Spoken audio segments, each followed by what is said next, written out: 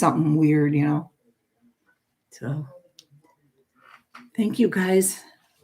Hope you liked it, and please remember Mommy Rambling's blog.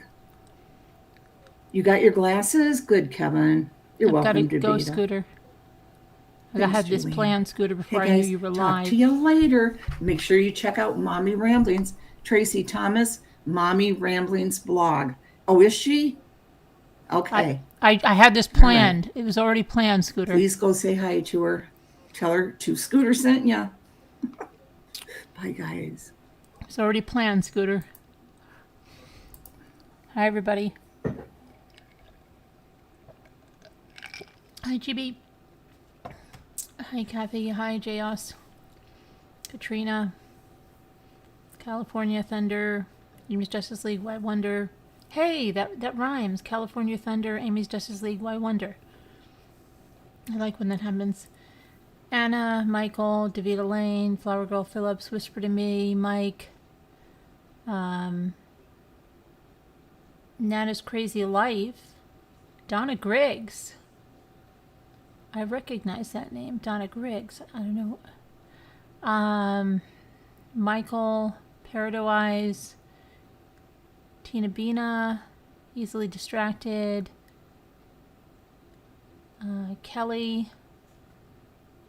Who else do we have? Jackie Burns. Hold on a minute. Am I on? Oh no, I'm not in YouTube. I'm in No Wonder. Let me go over here because it's hard for me to see on the other one. Moo of 2, Chrissy H, Shelly Ellis, Snow Bunny, MTGV TV, DG, Sandy Ellens, Lisa H. Let's see, Georgie, Chris Ree, Kubi, Aurora Rodriguez, Karen H, Sammy Neiman, Linda Uribe, Muppets and Manilow, Easily Distracted. Okay, let me pull up. We're going to go through the search warrant first. And thanks, Michael, for sending that my way. Appreciate that. So we're going to go take a look at that and see what's inside there. There's some strange and disturbing things. Hi, Newfie.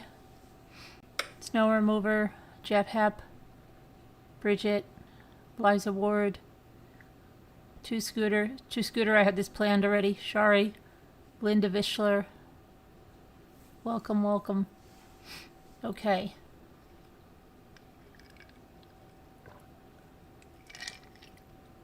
Margot K. Kevin Leonard. Is the Brian Laundrie update real? Which Brian Laundrie update? Which one?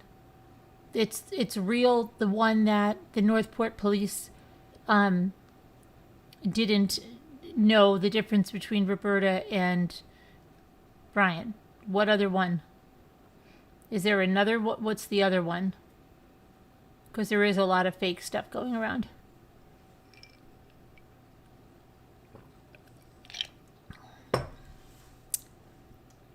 Hi, Bergstrong. Which one, Sammy, before I go pull this up? You're here now. That was a quick switch. Hi, Mimi. Tracy Thomas, Marissa Cart. I'm going to get the search warrant, but I was seeing what Sammy means. What is Pamela Patrick? Hi. Tammy. Hi. Sammy? Sammy?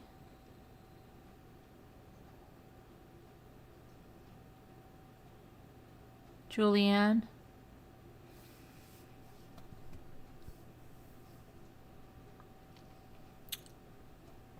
Friday? Lisa? I'm waiting for Sammy to say what the Brian update is. Oh, I'm not sure which one you're covering. I'm behind. Oh, okay. Thank you, J.Osh. That's so sweet of you. All right. Hi, Alicia. Oh, Scooter sent you over? Good. Welcome. Welcome to the Ramblers. All right. Let me get the search warrant, and we're going to read through that because there's some grim details in there.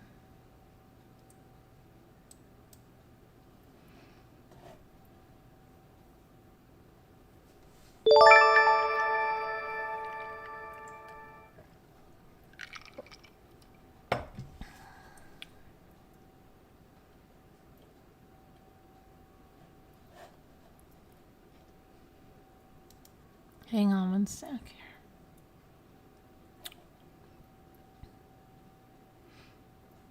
How do I do it? I get so much mail, so many emails that I have something and then, okay, here it is. And then it's gone. All right, so let's see. We're going to start here at 1. Yeah. Okay.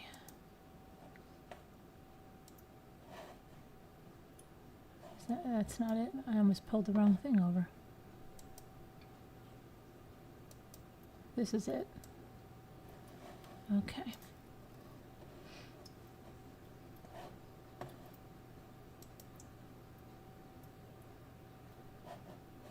What am I doing? Okay, so. Yikes. Hold on. Stay. Okay. Stop. Stop. Still. Stay still. Okay, so.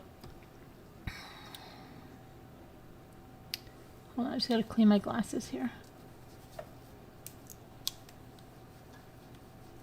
In the matter to the issuance of a search warrant in regards to a wooden fixed structure, gray-brown in color, with a pitched roof and a cross on the roof, the front of the structure faces west and has 4 medium-sized windows facing north, 2 medium-sized windows and 1 small-sized window facing east, I can't speak, and 4 medium-sized windows facing south. The location is identified as 545 Bonanza Creek Road, Santa Fe, New Mexico, 87508. The GPS location is identified as, oh, you have your coordinates. Okay, I don't have to read those out.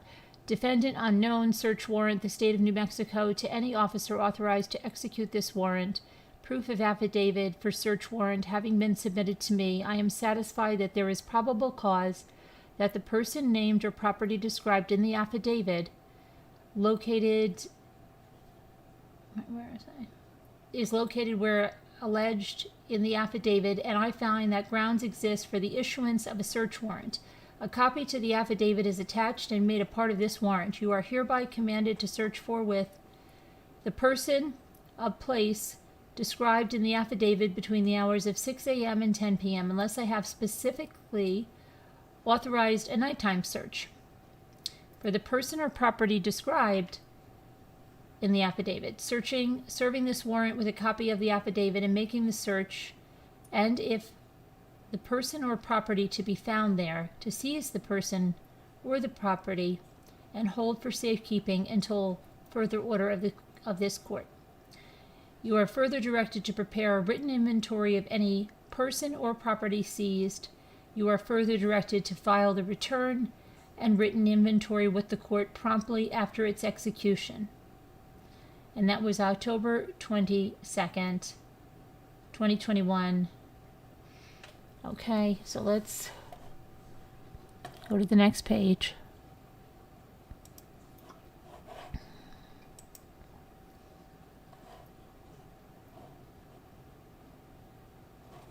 Hold on a sec.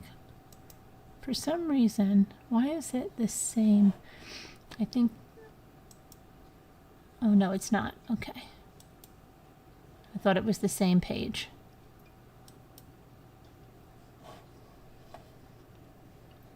Let me just see something here. Hold on one second, because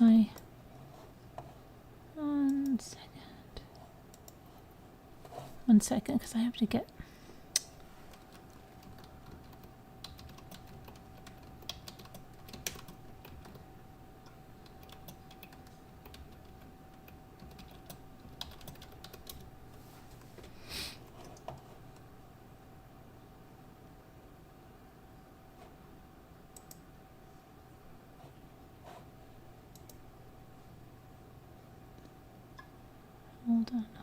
Hold on.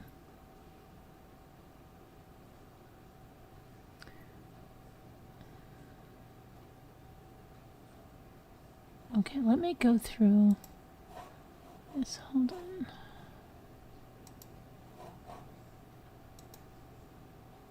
All right, here's Let me just read this to you guys.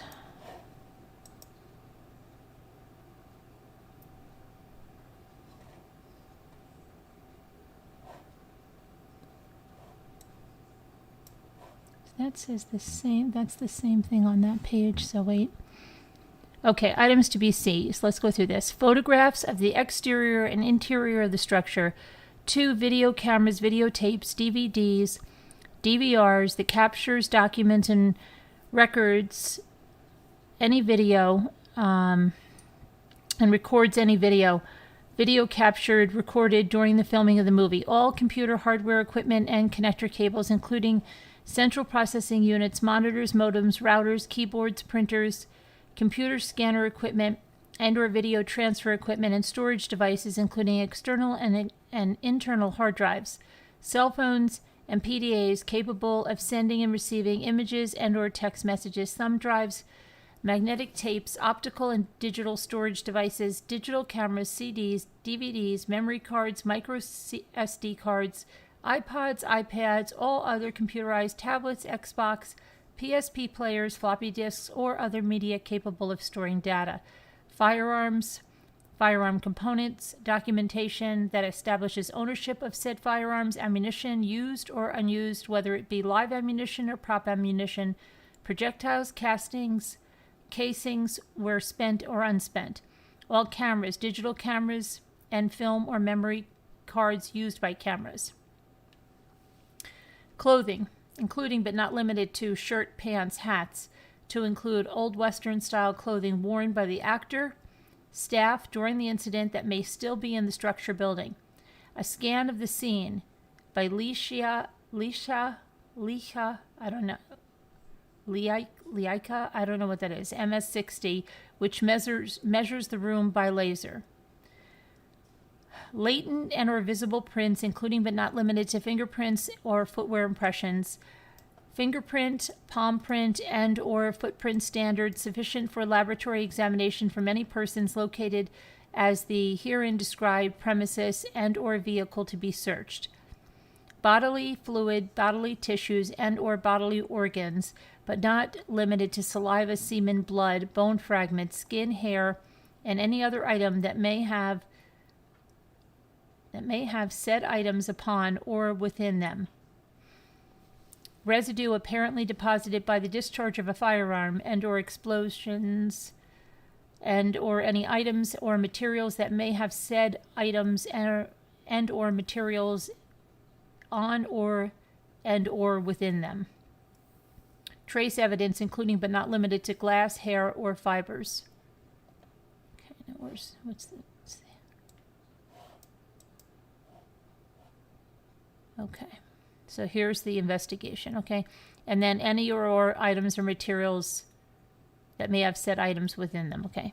On Thursday, October 21st, 2021, the Santa Fe County Sheriff's Office deputies were dispatched to 545 Bonanza Creek Road, Santa Fe, New Mexico, in reference to an incident regarding a gunshot trauma. Santa Fe Regional Emergency Communications Center advised a male was accidentally shot by a prop gun, and it was unknown if it had been a live round used. Upon arrival, Deputy Nicholas LaFleur advised one female had been shot in the chest and one male was shot in the shoulder area. The female was identified as cinematographer Helena Hutchins, and she was transported via helicopter to the University of New Mexico Hospital, located in Albuquerque, New Mexico, for further medical care. The male, identified as Joel Souza, director, who sustained a gunshot wound to the shoulder, was transported via ambulance to Christus St. Vincent Hospital, located in Santa Fe, New Mexico. Upon arrival, the affiant learned that the location of the incident was inside of a structure located at 545 Bonanza Creek Road, and the GPS location being what it was. Affiant learned that the firearm used during the incident was secured by arriving deputies along with ammunition, and during the filming of the movie, the assistant director, Dave Halls, grabbed one of those of 3 prop guns that was set up by the armorer, Hannah Gutierrez, which was on the cart. The cart is a gray in color rolling table with 2 layers and was left outside of the structure due to COVID-19 restrictions. The affiant learned one of the prop guns was then grabbed by the assistant director, Dave Halls, and he took it to the actor identified as Alec Baldwin, who was on the inside of the structure. As the assistant director, Dave Halls, handed the gun to the actor, Alec Baldwin, Dave Halls yelled, "Cold gun," indicating the prop gun did not have any live rounds. The prop gun was fired by the actor, Alec Baldwin, striking the cinematographer identified as Helena Hutchins and Joel Souza, director, who was behind the cinematographer, Helena Hutchins. Affiant later learned the assistant director, Dave Halls, did not know live rounds were in the prop gun when he gave the prop gun to actor Alec Baldwin. The affiant learned what happened to the prop gun once it was fired. The prop gun was handed by the armorer identified as Hannah Gutierrez and given to the assistant director, Dave Halls. The armorer, Hannah Gutierrez, was given the prop gun after it was fired by actor Alec Baldwin. She then took the spent casing out of the prop gun. When the deputies arrived on scene, the prop gun was handed to arriving deputies by armorer Hannah Gutierrez. Affiant learned that actor Alec Baldwin was wearing old Western-style clothing during the filming of the movie, and given the fact that actor Alec Baldwin was wearing old Western-style clothing during the filming, he changed into street clothes prior to leaving the scene, and the items were turned over to the Santa Fe County Sheriff's Office.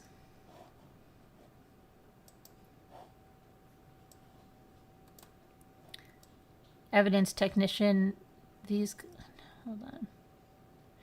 I guess the Santa Fe County Sheriff's Office evidence technician. These clothes appear to have bloodstains. Santa Fe County Sheriff's Office evidence technician learned a Western-style coat was left inside the structure. It is important to gather any trace evidence, residue, or biological specimens that might be related to the incident. The affiant learned that the incident occurred in close proximity, which can lead to transfer of evidence. Affiant was informed the prop gun was properly secured in a marked patrol unit along with the other prop ammunition. The gray and color two-tier cart contained a Western-style belt and additional prop ammunition, which was secured by responding deputies. The cinematographer, Helena Hutchins, who sustained a gunshot wound to the chest area, was later pronounced deceased at UNMH. On Friday, October 22nd, 2021, at approximately 1 p.m., I made contact with Joel Souza, director-writer, whom sustained a gunshot wound to the right shoulder. Upon making contact, I did observe a visible injury to his right shoulder. Joel was given the opportunity to give a statement regarding the incident that occurred at 545 Bonanza Creek Filming Ranch in Santa Fe, New Mexico, on Thursday, October 21st, 2021. Joel stated that the workday started at approximately 6:30 a.m. He went on to say that the crew usually meets and has breakfast on the property.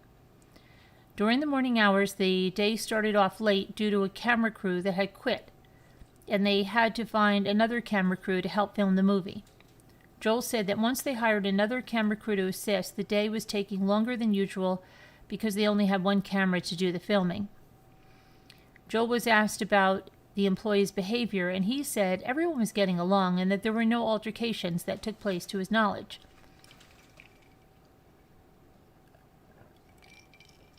Joel stated that because of his job, he was more concentrated on the monitors of the cameras and screens. He did state that no film was being recorded because the crew was working on getting the scene ready for the movie and how they were going to set up the one camera that was available to them. Joel said he was standing behind the cinematographer Helena Hutchins, viewing the camera angle on the camera lens. The rehearsal took place inside the church building, where Alec Baldwin was sitting on the wooden pew facing south towards the camera and crew. Joel said the rehearsal entailed actor Alec Baldwin cross-drawing his weapon and pointing the revolver towards the camera lens. According to Joel, it was his belief the gun being used in the rehearsal was safe, and used the term cold gun when explaining the firearm safety announcements. He said he remembered the phrase cold gun being said when preparing for the scene. Joel explained what he knows about the firearm safety. He said he knows that 3 people had been handling the guns or firearms for scenes. He said the firearms are checked by Hannah, who's the armorer, and that the firearm is checked by the assistant director, Dave Halls, who then gives it to the actor using the firearm. Joel said as far as he knows, no one gets checked for live ammunition on their person prior and after the scenes are being filmed. The one thing checked are the firearms to avoid live ammunition being in them. Joel stated that there should never be live rounds whatsoever near or around the scene. Joel explained that prior to the discharge of the firearm by Alec Baldwin, they had been working on preparing for the scene before lunch, and Joel said they broke for lunch around 12:30 p.m. And they had shuttled to an area away from the set to have breakfast, lunch, and dinner. Joel advised they returned back to the set after lunch, although he is not sure if the firearm was checked again. Joel stated they had Alec sitting in a pew in a church building setting, and he was practicing a cross draw. Joel said he was looking over the shoulder of Helena when he heard what sounded like a whip, and then a pop, a loud pop. Joel then vaguely remembers Helena complaining about her stomach and grabbing her midsection. Joel also said Helena began to stumble backwards, and she was assisted to the ground. Joel explained that he was bleeding from his shoulder, and he could see blood on Helena. Once I completed my interview with Joel, I made contact with Reed Russell, who was identified as a cameraman who was standing next to Joel and Helena at the time of the incident. While speaking to Reed, he stated that he arrived early to eat breakfast on the day of the incident. Reed told me that he had much work to complete due to the camera crew of about 6 individuals walking out of the film. Reed stated that the camera crew was having issues with production involving payment and housing. Reed also stated that the camera crew that walked out of the film wrote a letter to production on disagreements. Reed said while he was working with the camera in the setting for the movie, he had stepped out for about 5 minutes after returning from lunch. He said he had returned back into the setting for the scene. Alec, Joel, and Helena were already in possession of the firearm and had been preparing for the scene. He was not sure if the firearm had been checked due to his absence of the 5 minutes. Wow, it's raining like crazy. We're in a state of emergency. I don't know if we are, but the state of New York is for this nor'easter thing that's coming through. And this is probably the thing that's going to make all the leaves come down, because that's what always happens around this time. We have leaves on the trees, and then we get a really bad storm, and all the leaves come down. Anyway, okay. It's raining really super bad. If by any chance I should lose electricity, don't freak out. Reed went on to say that while setting up his camera, there was no video or audio being filmed, as it was just preparation of the scene and setting. Reed said while preparing there was a shadow coming from outside light and they had to move the camera at a different angle from Alec. He said that Alec was trying to explain how he was going to draw out the firearm and where his arm would be at when the firearm was pulled from the holster. Reed was not sure why the firearm was discharged and just remembered the loud bang from the firearm. Reed said that after the firearm was discharged, he remembered Joel having blood on his person and Helena speaking and saying she couldn't feel her legs.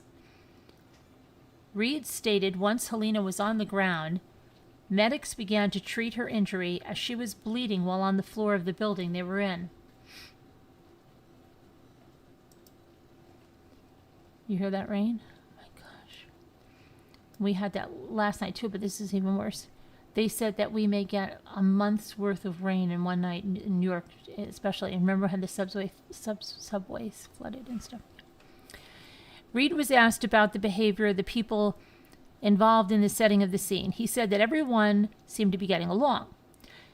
He was asked about Alec and the firearm and how he handled the firearm. Reed said that Alec had been very careful and brought up an instance when his scene was being filmed earlier. Reed said Alec had made sure it was safe and that a child wasn't near him when they were discharging a firearm during the scene.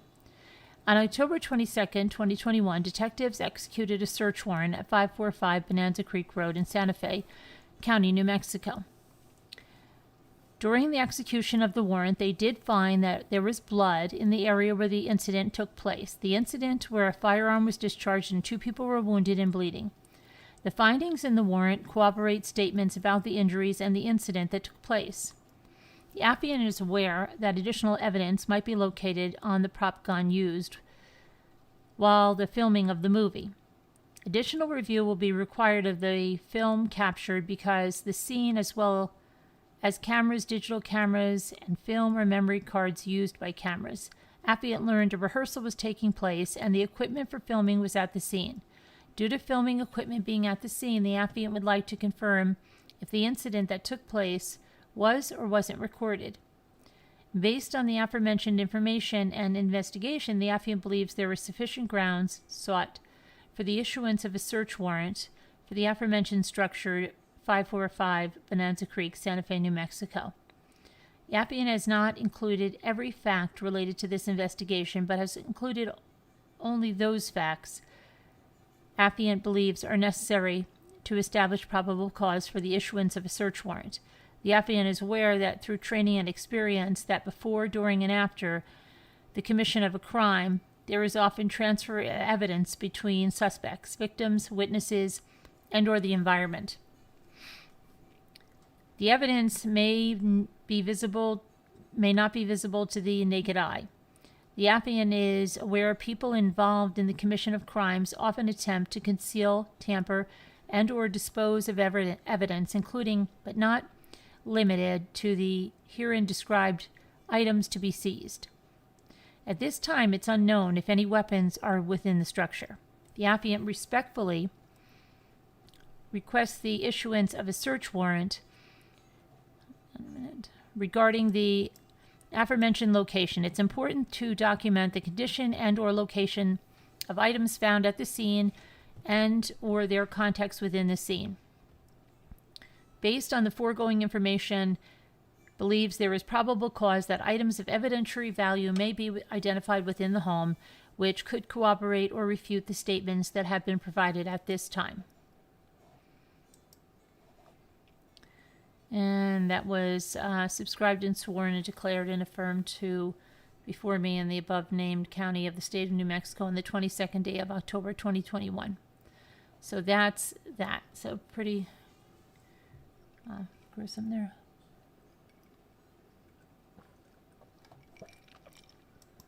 Does anybody have any questions on that?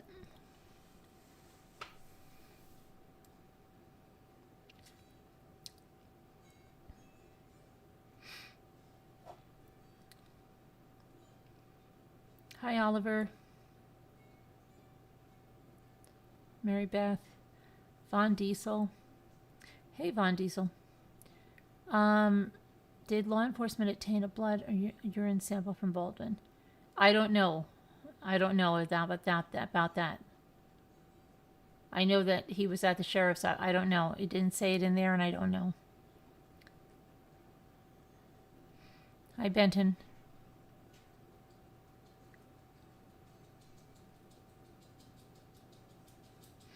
Sounds like money cases didn't get passed around.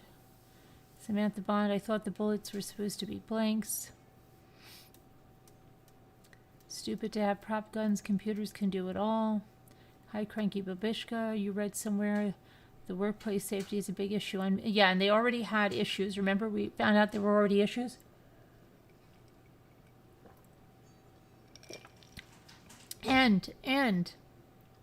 And people in this movie already had issues on other sets.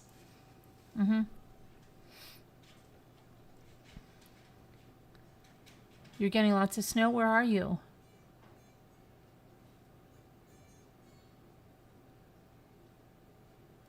Yeah, there were already issues. Hold on, let me go over here.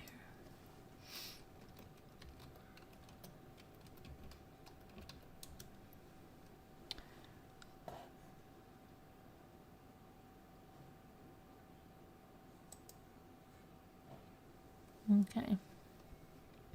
Actor Alec Baldwin was practicing removing a revolver from its holster and aiming it towards the camera during rehearsal for the movie Rust when Joel Souza heard what sounded like a whip and then a loud pop. And then the search warrant provided grim new details about the final minutes of cinematographer Helena Hutchins' life. In the newly released document, Souza said the weapon had been described to him as a cold gun, meaning it did not have any live rounds, but the gun discharged, striking Hutchins in her chest and Souza in his right shoulder. Hutchins was pronounced dead at an Albuquerque hospital. Souza's statement to the detective offered a new window into the onset shooting. The shooting took place after 6 members of the film's crew walked out of the set complaining to the production company about payment and housing. Camera operator Reed Russell told Detective Joel Cano, Russell and Souza's statements to the detective offered the most detailed chronology of how the tragedy unfolded. The day started late because the production had hired replacement camera crew. Aside from Baldwin, Souza said 2 people were handling the gun. The armorer Hannah Gutierrez Reed, and then the assistant director Dave Halls, who handed the gun to Baldwin. Let's see. They set up the prop guns on a cart outside of Bonanza Creek Ranch.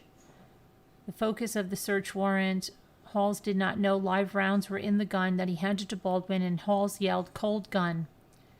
Souza told the detective that cast and crew had been preparing for the scene before lunch, but they took a meal break away from the rehearsal area at 12:30 p.m. When they returned, Souza wasn't sure whether the guns were checked again.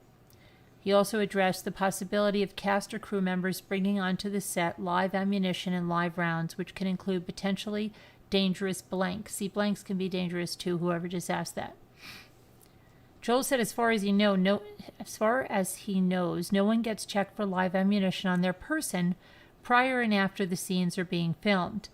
The only thing checked are the firearms to avoid live ammunition being in them, Joel stated. There should never be live rounds whatsoever near or around the scene.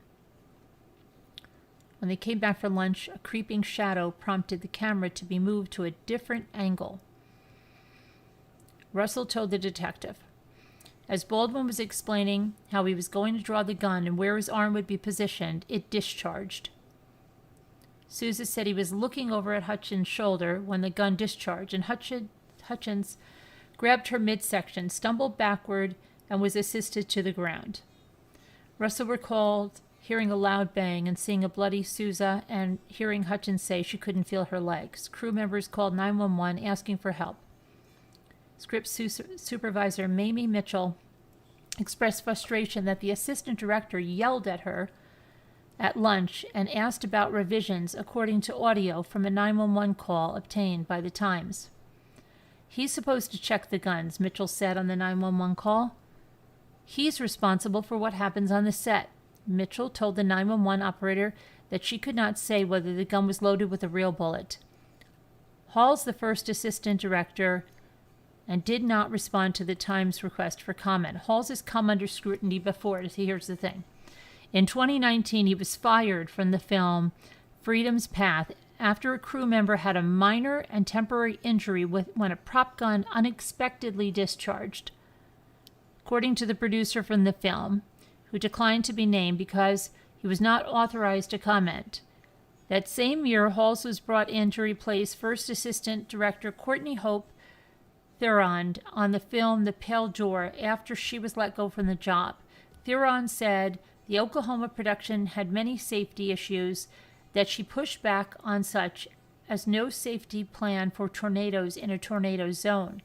And that's when they brought in Dave, because he had a reputation for being lax on safety, Theron said. Apparently, when the first assistant director walks off a project, Dave is known as the guy you call.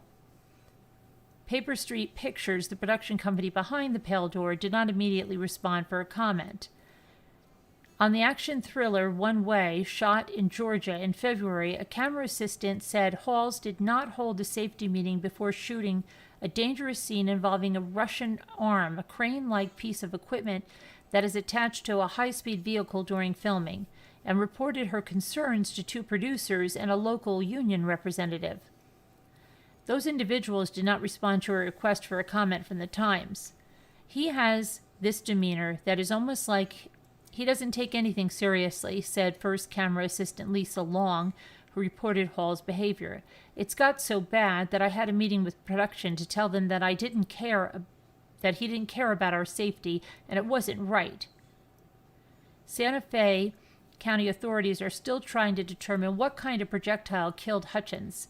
Santa Fe County Sheriff's Office spokesperson Juan Rios said Monday, hopefully ballistics and the forensics involved in the ballistics will help us to determine that. The department's investigation will not be limited to the fatality and events immediately preceding it, Rios said. The sheriff's office is looking at this case in a much greater scope, as opposed to just the shooting that occurred on the set and the loss of life, Rios said. The investigators, along with the sheriff's office, are looking at everything that should have been followed from safety standards on down. The search warrant allowed for seizure of all firearms, firearm components, used or unused ammunition, whether it be live ammunition or prop ammunition, computer hardware equipment, plus all cameras and film or memory cards. The sheriff's office said it had taken blood, skin, saliva, and hair samples, but did not disclose whose samples it was testing. Okay, so they did take some, so yeah. A search warrant return shows detectives recovered 9 spent casings, 3 black revolvers, and a fanny pack with ammunition and loose ammo in a tray. They also took the clothing of those present and blood swabs and photos. District Attorney Mary Carmack Altweez said the case was still in the preliminary stages of investigation. She said, "We are assisting the Santa Fe County Sheriff's Office and have offered our full support to them. We do not know if charges will be filed. We will look into all facts and evidence of the case with great discretion and have further information at a later time." The shooting came after crew members... Something just happened to my thing. After crew members raised concerns about safety conditions on the set, 2 Rust crew members said that less than a week earlier, a stunt double had fired 2 accidental prop gun discharges after being told the gun was cold. Rust Movie Productions said in a statement that the safety of its cast and crew is the top priority, and that it was not aware of official complaints raised after weapons safety and will conduct an internal review. On Sunday, the company said it would shut down the film's production during the investigation, but did not rule out restarting. "As we go through the crisis, we have made the decision to wrap the set, at least until the investigations are complete," the producer said in an email to crew members Sunday night. "Although our hearts are broken and it's hard to see beyond the horizon, this is, at the moment, a pause rather than an end. The spirit that brought us all into this special place remains." Hutchins' death follows other accidents that have happened on TV and movie sets. Some in Hollywood and the greater community have called for sets to no longer have operational firearms, especially as muzzle fire could be added through post-production. A California state senator has announced plans to propose legislation to ban live ammunition and firearms capable of shooting live ammunition on movie sets and theatrical productions in California. And that's that now.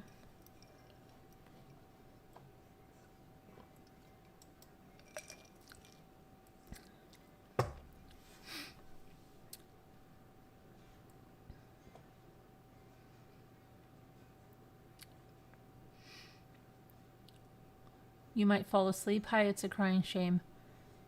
How are you? Hi, knowledge. Henny. Help me, Rhonda. Linda Gelb. True Crime Curator.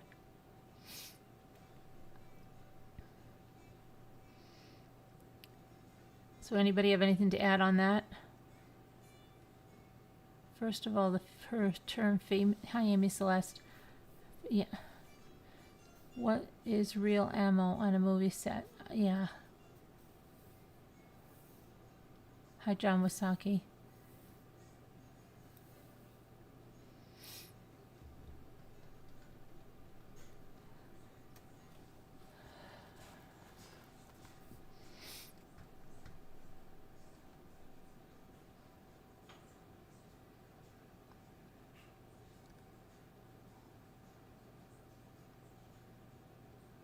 Hi, Kathy from Texas. Okay, so,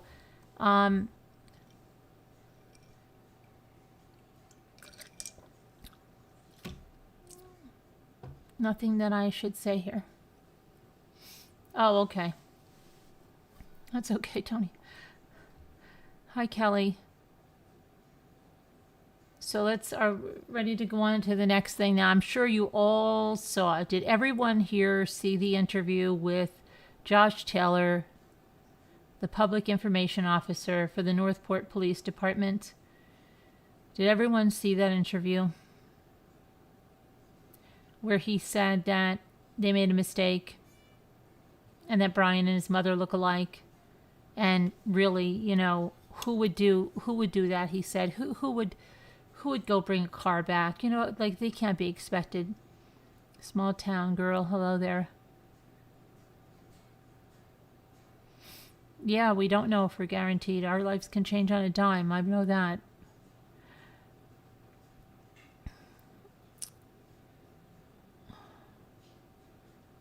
You didn't see it? You didn't see it, Muppets? Do you want me to play the interview first? Do you want me to play it? I thought everybody saw it. We played it earlier. I'll play it again. All right, let me go play it. Let me go get it, okay? Just hang on for a second.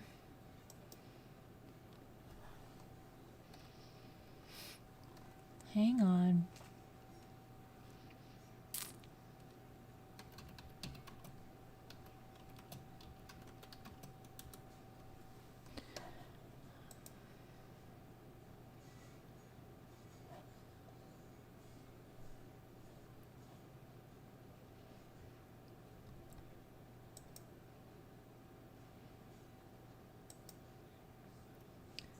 I'm getting it. It's food and... Okay, I'll pull it over here now.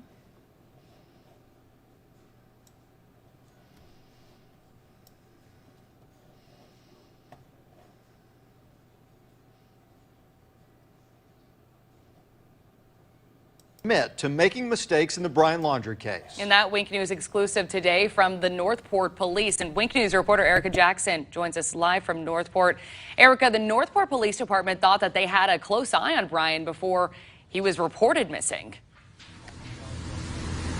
Nicole, Northport PD had surveillance set up around the Laundrie home, but that strategy failed. The people responsible for watching the Laundrie house saw Brian leave in his silver Mustang, that car parked in the driveway, and then they thought they saw him come back a few days later. But no, they mixed up Brian and his mom. Like mother, like son. Do you see the resemblance? Northport police think Brian Laundrie looks very much like his mom, Roberta. They're kind of built similarly. Northport PD spokesperson Josh Taylor told me police started tracking Brian after Gabby Petito's family reported her missing in New York. That was Saturday, September 11th. Police watched him leave in his Mustang Monday, September 13th, and come back Wednesday, September 15th. All I'm going to say is I know where Brian's at. Chief Todd Garrison made that comment on Thursday, September 16th, confident he knew Brian was inside his parents' home. That changed the next day, Friday, September 17th. When the family reported him on Friday, that was certainly news to us that they had not seen him. We thought that we'd seen Brian initially come back into that home on that Wednesday. But Chris and Roberta Laundrie told investigators they hadn't seen their son since Tuesday. They later changed their statement to Monday. Was it just someone else that you saw? I believe it was his mom who was wearing a baseball cap. They had returned from the park with that Mustang. So who does that, right? Like, if you think your son's missing since Tuesday, you're going to bring his car back to the home. So I have to stop there every time because I love that, because he just turns this whole thing around and he's like, and who does that? You know, who does that? Right? Who brings, their son is missing and they bring his car back to the home? It's hysterical, isn't it? Because, well, you know, when you're usually surveilling somebody, it's because they're not trustworthy or they might be doing something wrong, or Who does that? And that's supposed to be like, who does that? We expected it to be him. Can you believe they did something other than that? I don't know. Just so crazy. Who does that? That gets me every time. It didn't make sense that anyone would do that if he wasn't there. So the individual getting out with a baseball cap we thought was Brian. Taylor admits it was a costly mistake. No case is perfect. No case is perfect. Now, we all know that Brian Laundrie went to the Myakkahatchee Environmental Park on September 13th and likely never left again. And if you look behind me, you can see that the Laundrie's infamous red truck is missing from the driveway. The family's attorney tells me that his parents are currently grieving at an undisclosed location. Wow.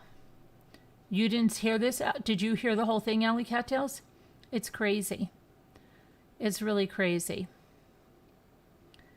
But I just love that part. I just love that part of him when he says that. Live in Northport today.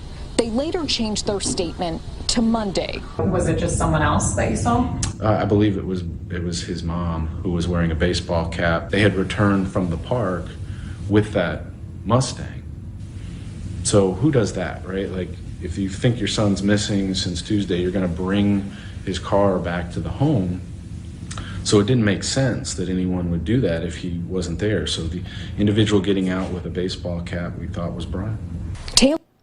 So, yeah, we thought it was Brian. It's not our fault, because who does that? You know, who does that if their son is missing, brings the car back? We thought it was Brian. You know, it's the individual with the baseball cap. We didn't think of anything else. Come on. This is so crazy.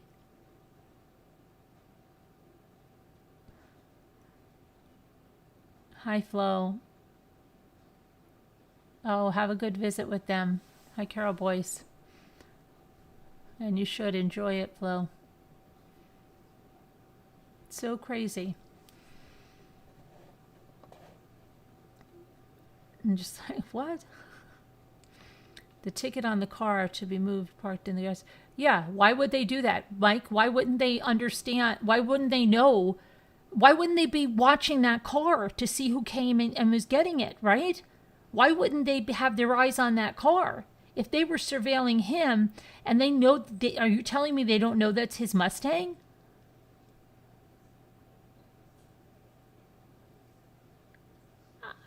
It's so bizarre. If they were watching that Mustang, they would have seen Roberta and Chris going there to pick it up.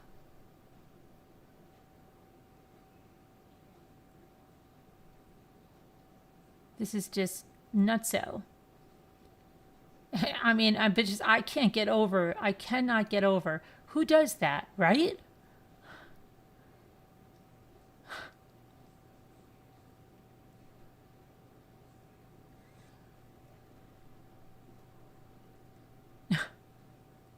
I just can't believe it. I mean, there's going to be a lot of people going on some temporary leave here, I think.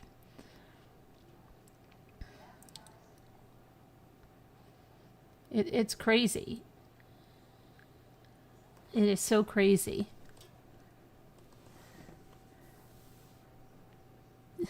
They said he was being surveilled, and what?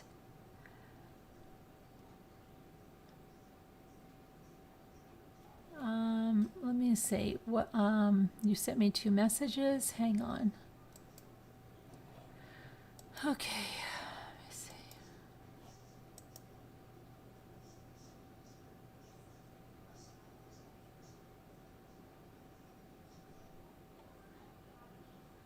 Brian Enton.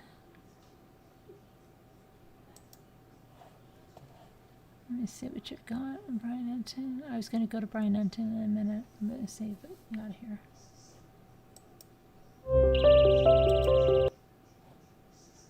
Brian Enton breakdowns the evidence from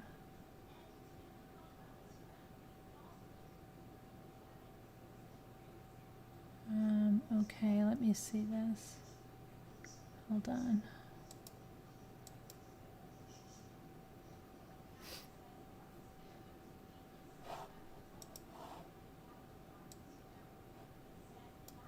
And that's exactly what happened yesterday morning around 9 a.m. He put some boxes into the truck ahead of time.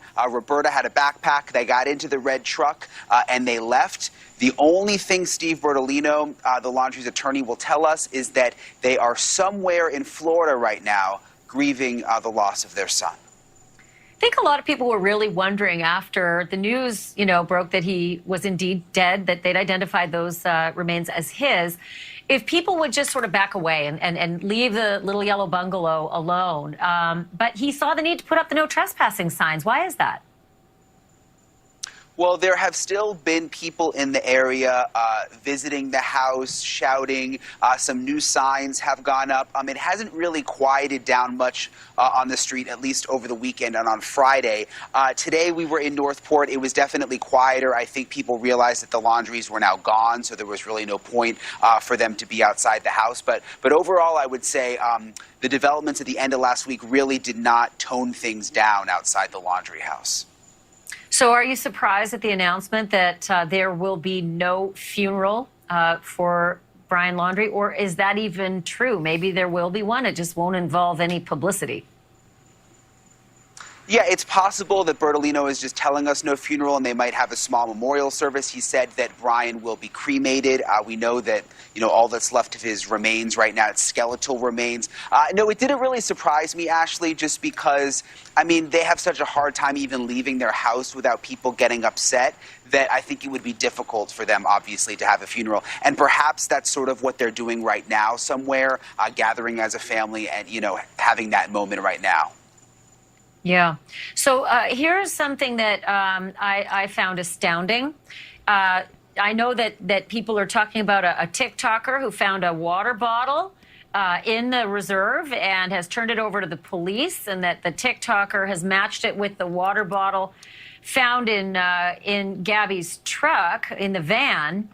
But first of all, seriously, is this actually possible? And here's the video. She sees it. She takes a picture of it.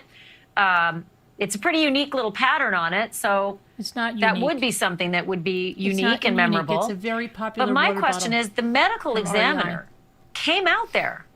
Take a look on the left over there. Can you see that water bottle? It's partly off your screen there. You see that water bottle? Just off to the left, we circled it in red, same pattern. The medical examiner went out there after the remains had been removed, just, I assume, to look for more things, whether it was remains or pieces of evidence, because medical examiners take into account evidence as well as just the body. How on earth could anyone have missed this if the TikToker found it? It doesn't mean it's his. Well, nothing really surprises me, obviously, with this case anymore, Ashley. And it wasn't just the medical examiner. We were out there. They were doing a grid search of that area. They had put crime scene tape up all around near where the remains were. Stretching out hundreds and hundreds of feet. And they told us they were searching that area for any kind of evidence, not just Brian Laundrie's remains, but anything. And I spoke to that TikToker. Her name is Olivia. And she says that water bottle was not far from the remains, maybe 100 feet or so. She is a young woman who I have seen many times. She has been outside the house many times over the last several weeks. I've seen her at the reserve. She oftentimes is with her mother. She has quite a TikTok following, more than a million followers. So some people are saying, gosh, could she have planted it there just for attention? Anything is possible, but I will say, I don't know her well, but she's someone that I've come across almost every other day. She called me when she found the bottle. She sent me that video. I told her, you need to take it to the police station, which is what she did, and filed a police report. And she insists that she just stumbled across it there at the reserve. Well, they'll be able to do some analysis on it and hopefully get some prints. But, it would be pretty crappy if somebody decided to play around and get followers. That would be a terrible thing. I'm not saying she did that, but they'll hopefully have that as it's now part of the investigation. I also don't think if she was planning it there, she would have turned it over to the police. I think that gets you in a whole lot of trouble because that's equivalent to making false statements, right? Well, yeah, and the other thing is, before reporting this today, I wanted to be clear and talk to Northport Police. This all went down yesterday. I had the video. We waited till today and confirmed that Northport Police are taking it seriously. It's part of the investigation now. And obviously, if that same bottle was already in the van that they have, because if you saw the YouTube video, Ashley, that bottle had a special little place in Gabby's van. They almost had like a little compartment for it.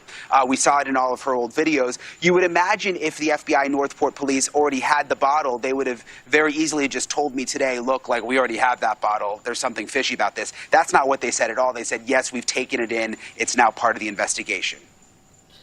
So eerie just to see it there in better times. Okay, let's talk about your interview with Josh Taylor with the Northport Police. You got a whole lot of gems, and we were going to unload all of them on Friday night. And Steve Bertolino, it was just the whole hour. So I want to play something that you got with regard to the notebook. Here's Brian's interview with Josh Taylor regarding the situation involving the notebook. Take a look. What is the status of the notebook? That's kind of outside of my purview here at the Northport Police Department. Certainly the FBI has that. They will utilize every tool that they have to make sure that it's handled with care. It was wet, and certainly making sure that's dried out and been able to go through will be very important. Do you know is anything in it legible at this point? Do you know? I believe that there are some things that can be revealed from that. I'm not privy to exactly what's in there. So, Brian, the question I have is, when we learned that this was salvageable potentially, and that the FBI didn't even want to crack that notebook open until it was dried, I thought, okay, well, by Monday, it's not going to take more than 2 or 3 days to dry that notebook out. And I know they're really tight-lipped. Do they give us any information at all as to when they will actually be able to start forensically looking through the notebook for the secrets that hopefully, will mean that they didn't go to Brian's grave?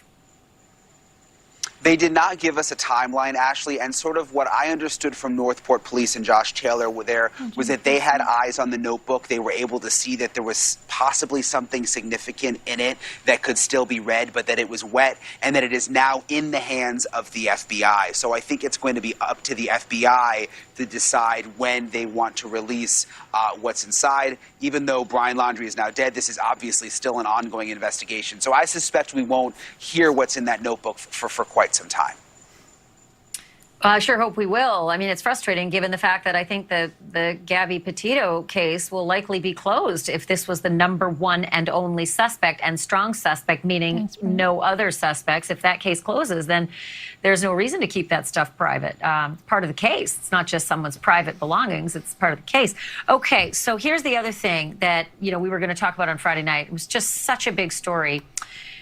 Holy moly. The police had eyes on the Laundries from the front and the back, and it was streaming. There's just so many questions I have with regard to that, but I'm just going to let you take that and run with it, Brian. Yeah, so we discovered pretty early on, Ashley, that they had these hidden cameras around the Laundrie house. I would say a week into us being in Northport, so like 5 weeks ago, I was talking to neighbors every day. They told me about the cameras. There was one behind the house that I think you have video of that was in a neighbor's backyard, pointed at the back of the Laundrie's house. There was another one in front of the house, actually hidden in someone's dumpster. It was kind of an interesting side note. When I first discovered one of the cameras, like, I was getting up real close and looking at it, and they were live streaming them back to the police station. Almost immediately, the neighbor comes running out with the police on the phone saying, like, they see you, like, they're telling you got to get out of the yard. So of course we did the right thing. We didn't tell anyone about these cameras until it was confirmed on Friday that Brian Laundrie was dead, and then we went public with the camera situation. Some of the cameras, Ashley, we're told were put up before they believed that Brian Laundrie went missing, which is a whole nother story. And then there were some that were put up, like the one in the backyard, after the police said that they no longer knew where Brian Laundrie was. Well, let's start with the one that's in the front yard that would have been trained on the silver Mustang, because that neighbor said it went up on the 12th, and Brian didn't leave, according to everybody now, until the 13th. So the live stream of that silver Mustang backing out with Brian in it, taking him to the reserve where he would die was being live streamed if the neighbor is telling us the right facts and dates. So I just want to play this soundbite if I can, because you put that to Josh Taylor. You know, you're much more articulate about it than I'm just mad about it. I'm mad that that was just missed. But here's your question and his answer about that moment. Take a look. Our intention was to keep an eye on Brian, and clearly him going out there, we missed him going out there. So he left in the Mustang and no one knew that he left in the Mustang? That's correct. I mean, isn't it, we've been outside the house, I mean, was there just no one sitting outside the house watching? I mean, did someone like fall asleep? Yeah. I mean, how do you, it's not like he snuck out the back if he left out in the front in the Mustang. Well, again, he wasn't wanted. There's certain things you can do with surveillance and intelligence when you're at a certain point in an investigation, when there's certain charges, where there's these types of things. You know, it just, we weren't there at that point in the case. Okay, a couple things there, Brian. I like that guy. He seems really nice. But on the 12th, if they put the camera there, they put the camera for a reason, because they suspected something. Number two, guy comes back to Florida with Gabby's van. Gabby's reported missing on the 11th. Gabby's not in van. Guy won't talk to police. Probable cause. Sorry, but that's probable cause. So they had every right to follow him. They had every right to follow that Mustang. They had a camera trained on it. So come on, there was a reason you wanted to see if that Mustang went anywhere or if anybody went out that front door. So I'm struggling with this one. And then you come to us today with something even more confounding, that when the Mustang came back a few days later, they thought that the person who got out was Brian, and it was not Brian Enton. Who was it? His mother.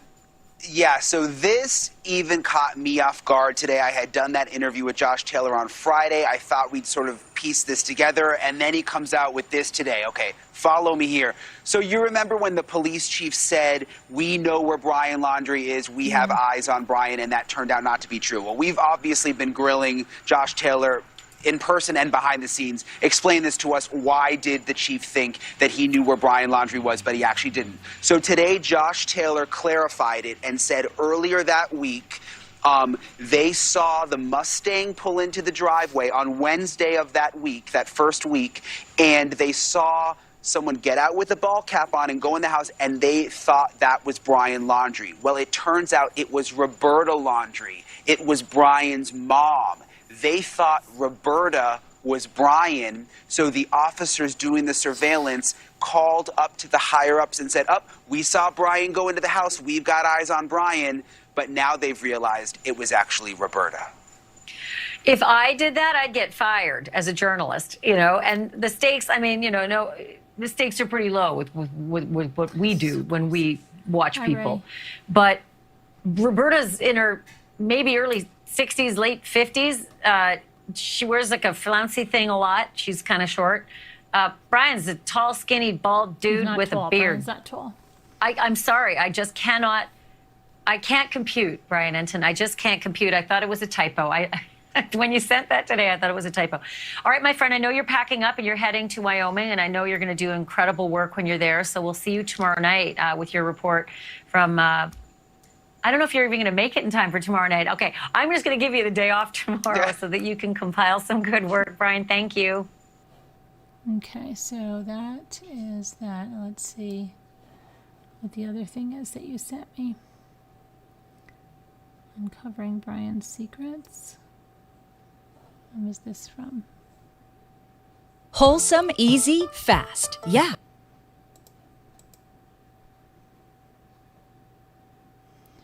Uncovering the secrets. Let's see, what was this about?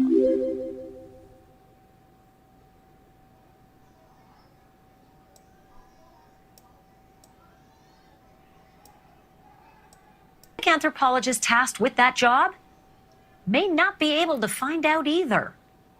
The attorney for Brian's parents, Stephen Bertolino, tells us that when the examination is over, Brian's remains will be cremated. He added there will be no funeral. But that's really all his parents are saying. Because Chris and Roberta Laundrie have left their Northport home for an unknown location to reportedly grieve privately. I'm joined by Brian Enton, who is live with us now in Florida. So, Brian, where are the Laundries? Oh, that's a good question, Ashley. We don't know. What I can tell you is over the weekend, Chris Laundrie came outside the house and put these no trespassing signs in the front yard. The minute I saw him doing that, I thought to myself, I think he might be planning to leave. And that's exactly what happened yesterday morning around 9 a.m. He put some boxes into the truck ahead of time. Roberta had a backpack. They got into the red truck and they left. That could still be red, but that it was wet, and that it is now in the hand. It's the same one. Okay, so let's see.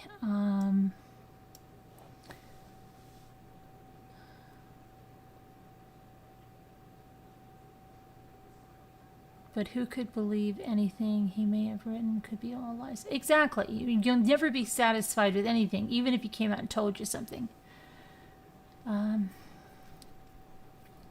Now, am I dreaming, or did the Denver FBI issue a statement? I don't know whether I'm dreaming it or not, but I'm going to check because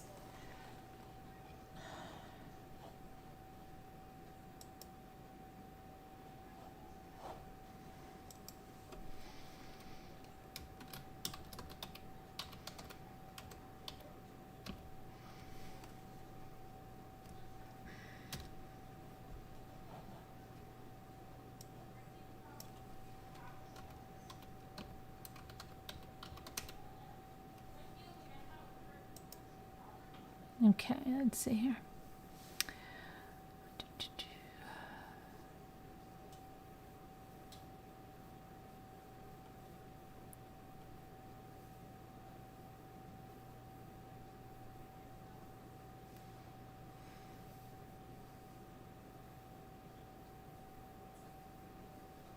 Oh, maybe not. I could have sworn there was a statement they put out.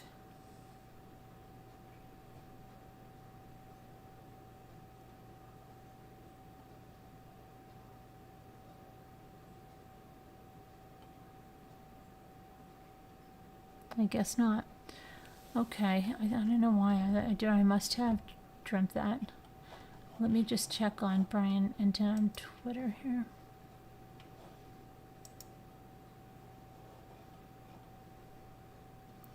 Brian says, I report tonight the Laundries are privately grieving somewhere in Florida. The Northport police admit to making mistakes, that they mistakenly took Roberta Laundrie for Brian Laundrie the week he disappeared. And now Brian's going to go to Utah and Wyoming.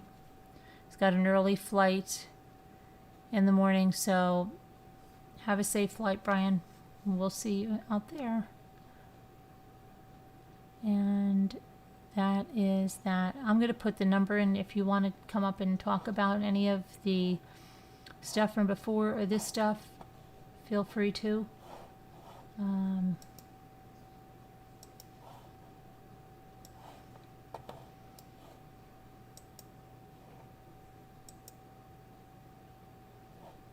I really want to know what time that Mustang came back. I want to see the surveillance report on it, because if it was during the day, then that is really going to be unbelievable, more so. Okay, copy, invitation. Party all the time.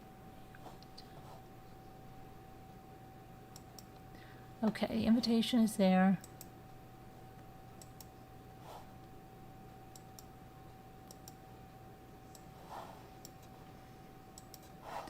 Back to the chat. Back to reality. What did Susan say?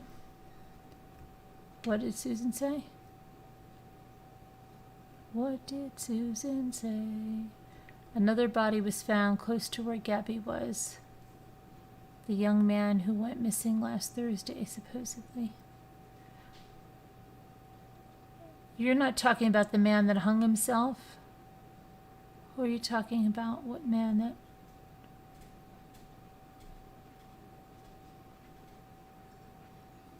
You miss out, Buttercups? What do you mean? You miss out on what? What do you miss out on? What'd you miss out on, Buttercups? They won't be gone long. The grass will need to be mowed. I don't know. I think, Mike, they're going to beat it out of there. I don't know. Hi, Anshi.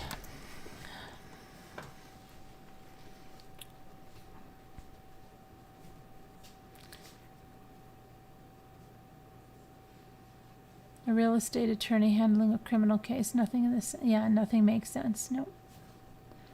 If you go to 16 minutes. Okay.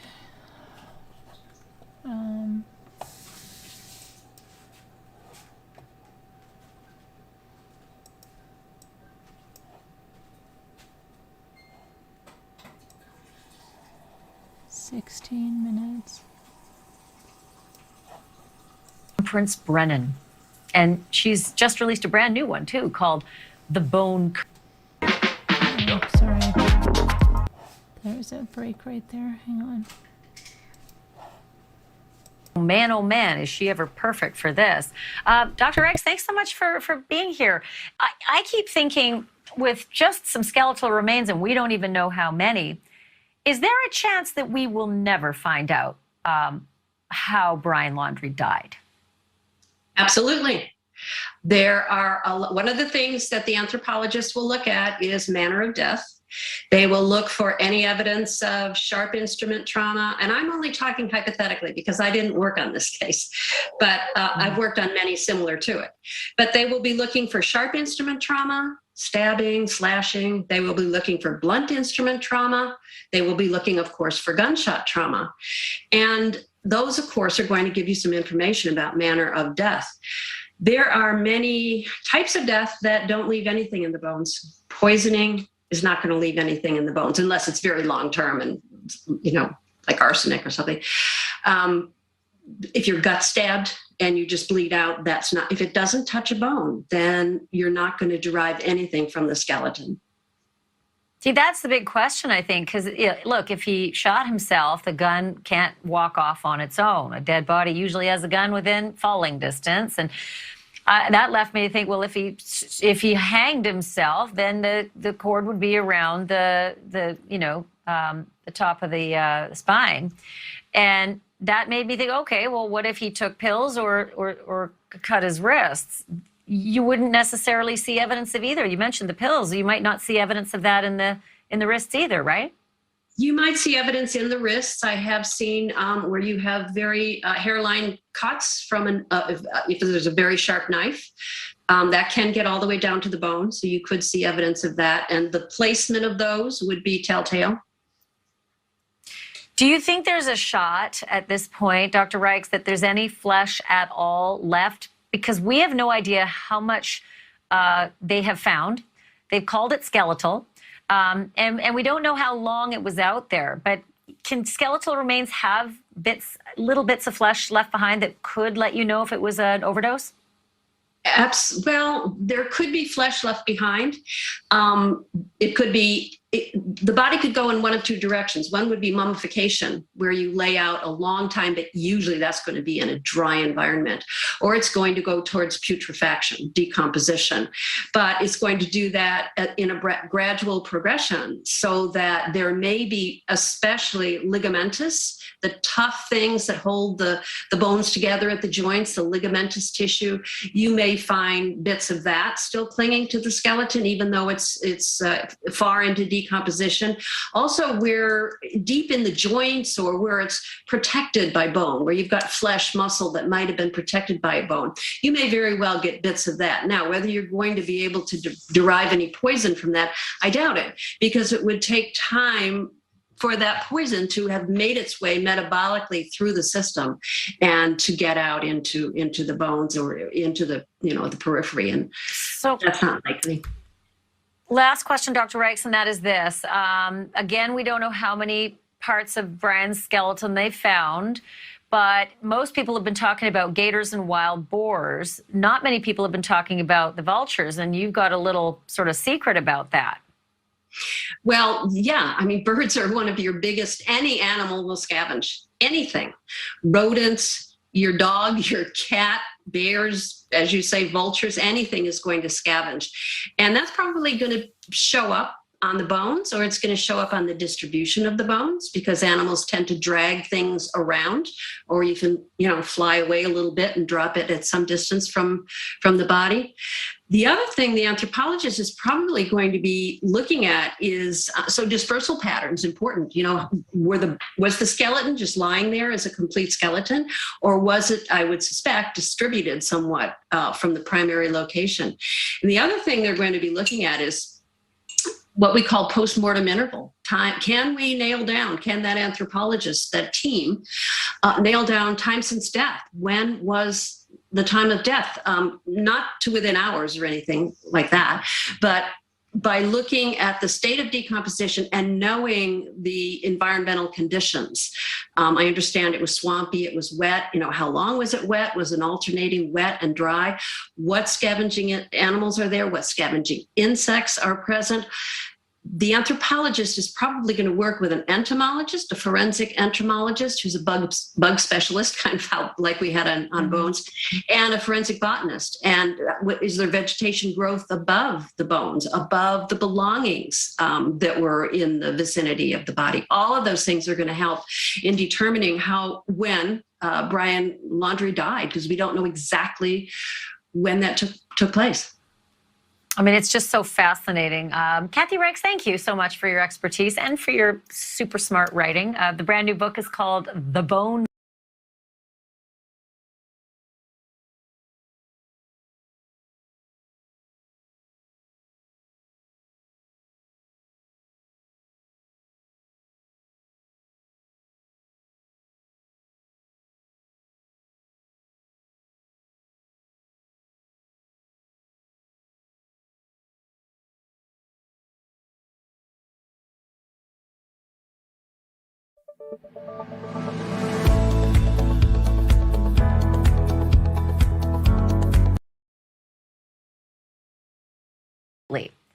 Mr. Bertolino was my guest on this show on Friday, and if you didn't see it, I think you should go to our website, check it out. It's quite lively.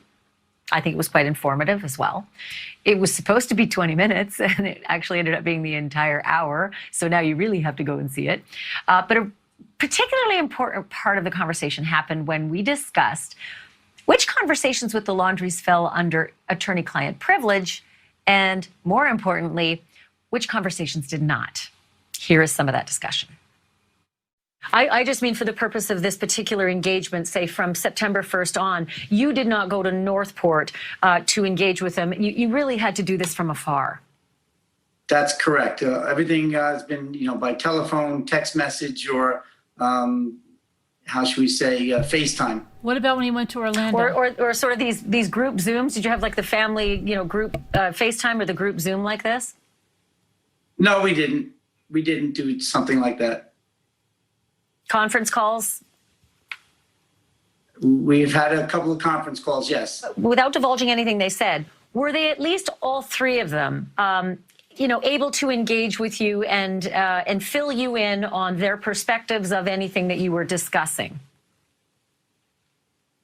On September 12th and September 13th, yes. Absolutely. And you did say on this program that you did have conversations both days with them all together as a family meeting. What did they tell you? Because that isn't privileged.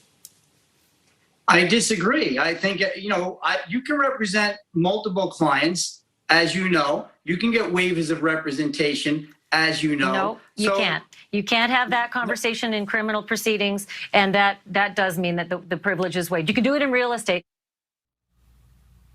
So I want to bring in a criminal defense attorney and a civil rights attorney, Mark O'Mara, who knows more than anyone could ever forget based on all of his practice on privilege. So Mark, if Stephen Bertolino had conference calls with Mom, Dad, and Brian, that's not privileged. No. The easy answer is no. And the reason why is, if you think about it, and Ashley, if you don't mind, I'll use you as my client. If you and I are speaking about anything in the world having to do with you and your legal concerns, that is completely privileged. Nobody, not even a judge, can get to that. But if I bring in anybody, if I bring in your husband, your child, your spouse, your mom, your dad, a friend, anybody else, even, for example, a priest who has his or her own privilege with you, that violates or vitiates and simply does away with the privilege. And the reason makes sense. It is supposed to be a communication between one lawyer and one client. Now, what I think Mr. Bertolini was trying to say, and you just referenced, was, are there those situations where you can have two clients, but they're both coming to you for the same legal advice? The answer is yes. If their interests are completely aligned, and literally in the same legal peril, then yes. But even in that case, it's particularly dangerous. I never represent co-defendants in a criminal case, for example, because it's not just what happens today, it's what might happen tomorrow. And I think your question pointed that exactly out, because there are divergent interests between the parents and Brian. And just to be real clear quickly, there should be privilege between man and wife and lawyer, no? Well, yes and no. Don't forget that there are two separate privileges, mine with you, but you and your husband, that communication, in order to be privileged between husband and wife, has to be intended to be privileged. So the question is, can I lay two privileges on top of one another and maintain them both? That's unsettled law, and I would be very careful taking that on. Okay, would you also advise a lawyer to take on 3 clients in the same family and represent all 3, or is that something that represents conflict? It's just so dangerous. It's fraught with problems, because as soon as one of those 3 people say, wait a minute, you said this, or wait a minute, my interest is slightly different than yours now, then there is no privilege. The conflict is enormous, which is why we as lawyers are not supposed to even get anywhere near the appearance of impropriety or conflict, which is why there's more than one lawyer. Go get 2 other lawyers to represent them individually, and you maintain the privilege. That's expensive. Okay, so then the next question I asked is, when did you start representing the Laundries? And he said September 11th. But doesn't that mean, if he's holding himself out as the representative, having been retained on the 11th, that everything between the 1st and the 11th is fair game? Because that's when Brian came home. And clearly they weren't talking to the Petitos for a reason. They must have been told, don't do it. Well, and again, it would seem as though they had some advice between those 2 dates. And I don't want to impugn Mr. Bertolini's integrity at all. But there's this concept in law we know from the movies called, consigliere, where you're there to help whatever questions need to be answered. But in that same analogy, you have less of a concern with the law, less of a concern with the facts, and certainly less concern with your ethical obligations than you do with, the protecting the family, not to make fun of it, and that is dangerous for a real lawyer to do. Yeah, I'm still super interested in all the conversations that happened between the 1st and the 11th. If you weren't retained, you weren't officially counsel, well, tell me what happened. And if you don't want to tell me, I get it. I'm the press. But you're going to have to tell the police if they ask. Okay, Mark, since I have you, I know you probably thought it was time to go get a nice, drink before bed. But love talking. I have another story. Okay, so don't go anywhere, because then there's this whole story about Alec Baldwin. Like, there's no question Alec Baldwin's grieving the loss of his cinematographer, but there may be another dust-up on the horizon for him. So could that Emmy-winning actor face jail time for his role in that deadly shooting? Going to talk about that in a moment. Wish the keto diet was easier? Factor is on a mission to make eating keto easy and delicious. Like,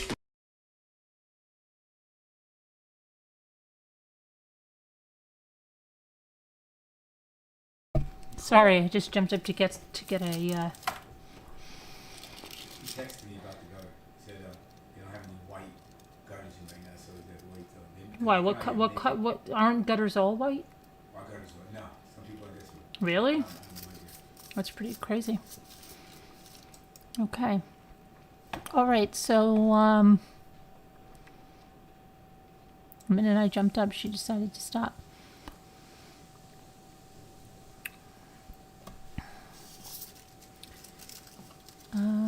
You never liked Alec Baldwin.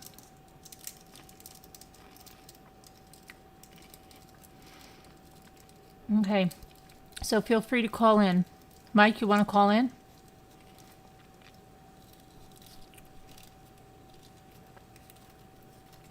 Anybody? Mike? Alley Cattails?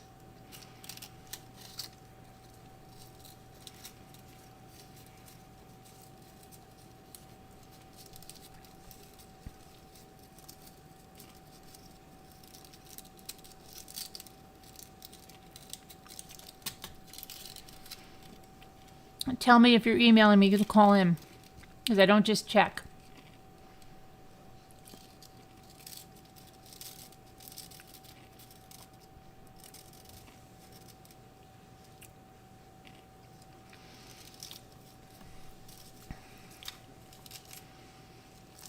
Yes, she goes on to talk about Alec Baldwin and Murdoch.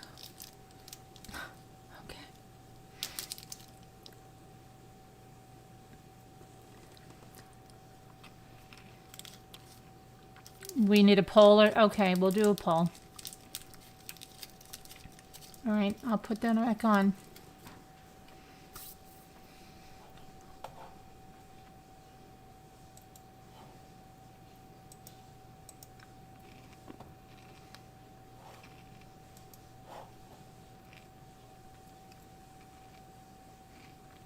In South Carolina released a couple of things, some 911 recordings of the Murdoch mess, and you really do need to hear them. But first, I want to bring back my lawyers, Mark O'Mara and Mark Garagos. Okay, guys, I'm going to start with the first one, and this is Alex Murdoch's call to 911, ostensibly while he's bleeding on the side of the road. Have a listen.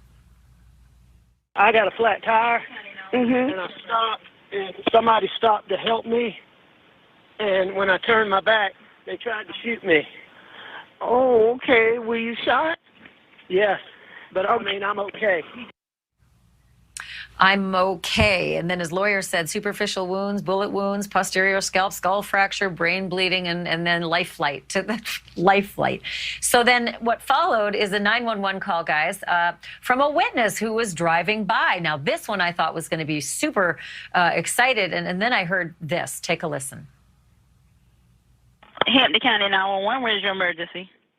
Yes, we're on Salcahatchee Road, and there is a man on the side of the road with blood all over him and waving his hands. He just laying there waving his hands around? Fine. He looks fine, but it kind of looks like a setup, so we didn't stop. Oh, I don't blame you. So it looked like a setup. Jeepers, creepers. Okay, so Mark O'Mara, I mean, are they just going to skip right ahead to the next case and just write this one off? I mean, how do you get beyond that stuff? It just seems like such a poorly worded or written novel. It just gets worse every time you hear another piece of evidence about it. But here's a lady just happened to be driving by and catches the absolute truth of this case, which is there was a setup. Right? We now know it was a setup. And here's a lady driving by who finds it. And then you have Murdoch himself, who's like, well, guy tried to shoot me, and oh yeah, he did shoot me, and I'm okay. And it's just, wait a minute, you were the one who set this guy up for a bunch of money to kill you. It doesn't get much more absurd than this, but I get. Benton Rush, it's about the Alex Murdoch fiasco case. We've been following that. I don't know if you're familiar with it. His son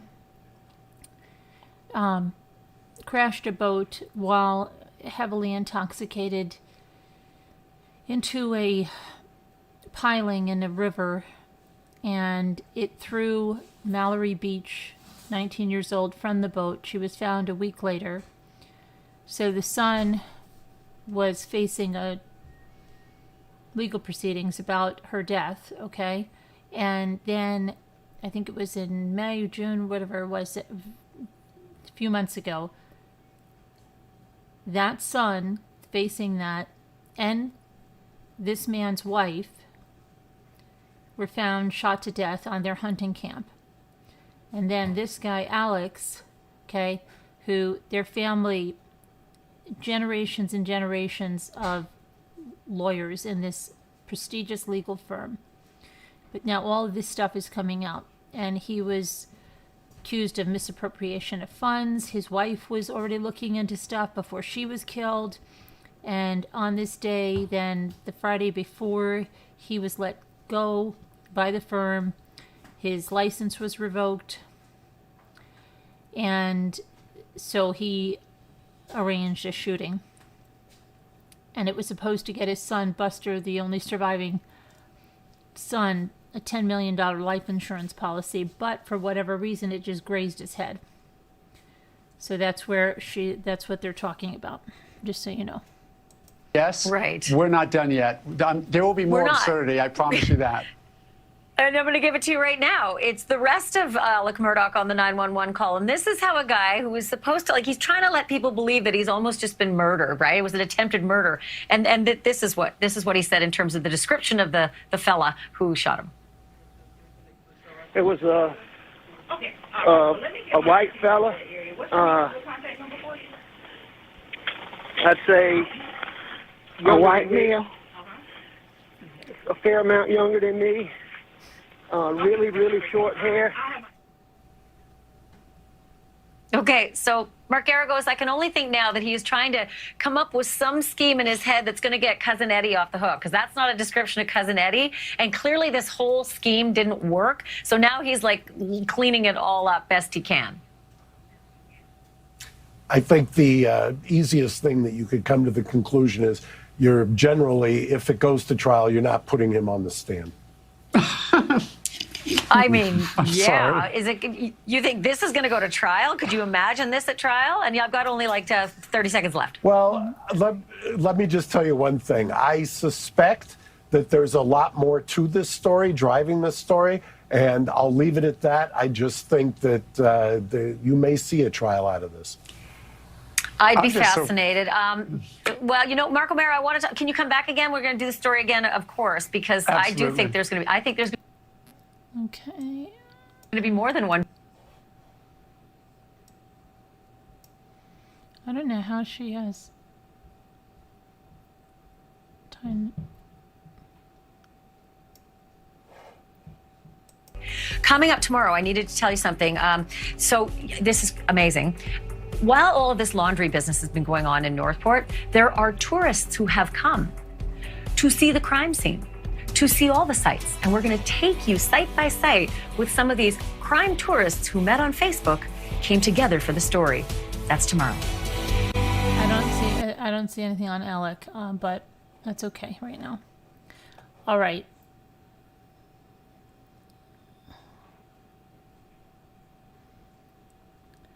So back to, where's my, hold on a minute, because I'm kind of lost here. I can't find my, here we go, yes.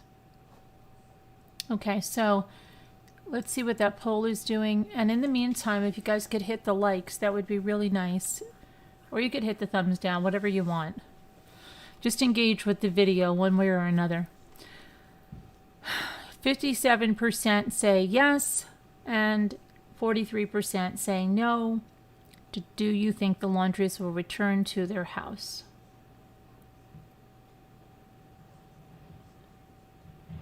You must have missed the context. Oh, do you think that they're gone? They've left. They've left. They're mourning in private somewhere in Florida.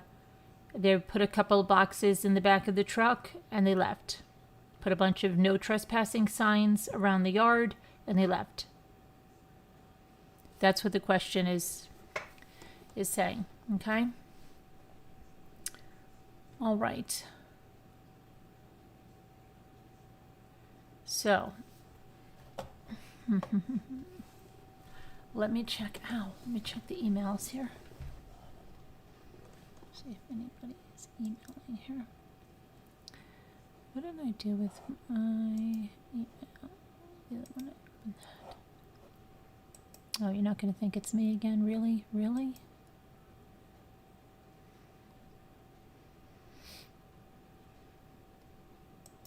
Oh, okay. Good. Mike's going to call in. All right, Mike. I'm sending you the number, okay? There you go.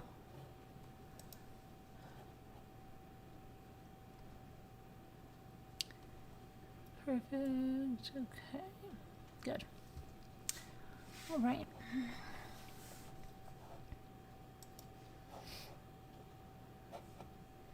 Hi, Charity. So now we have 59% think the Laundries will return to their house, and 41% say no. So lock in your votes. Also, if you could do the thumbs up or the thumbs down, that would be good on the video. Just take 2 seconds to do that. And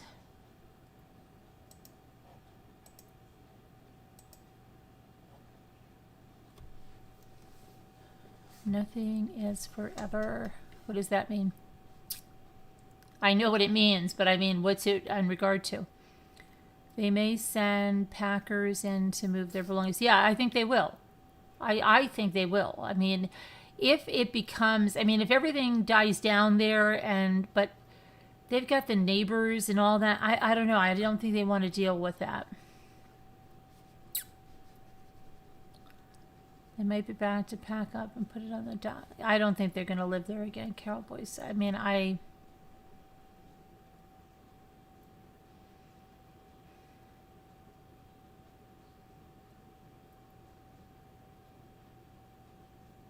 Hi, Heidi, Angie, Lily, Charity.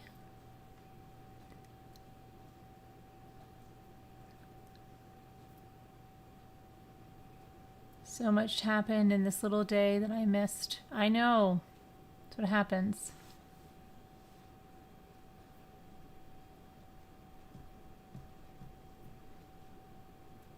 In reference to whether they will return or stay away forever. Oh, okay.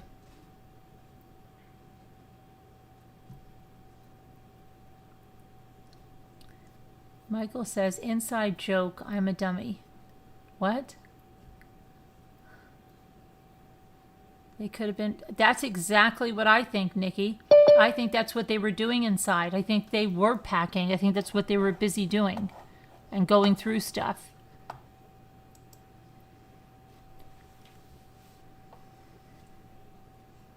Hello? Hi, Jennifer Rochelle. Hello? Hi. Hi. How are you? I'm good. How are you? Good. Hey, this is going to be fast. You know that. Okay. No, I really don't have anything to say. Everybody knows how I feel. Only thing I'm just disgusted with is just how the media is covering this. I like Nancy Grace. I'm a true crime person, and it has nothing to deal with political channels or anything like that. I mean, it doesn't. I mean, I'm so disappointed. I mean, what did Nancy, I hear people saying Nancy Grace did something, and I didn't watch that.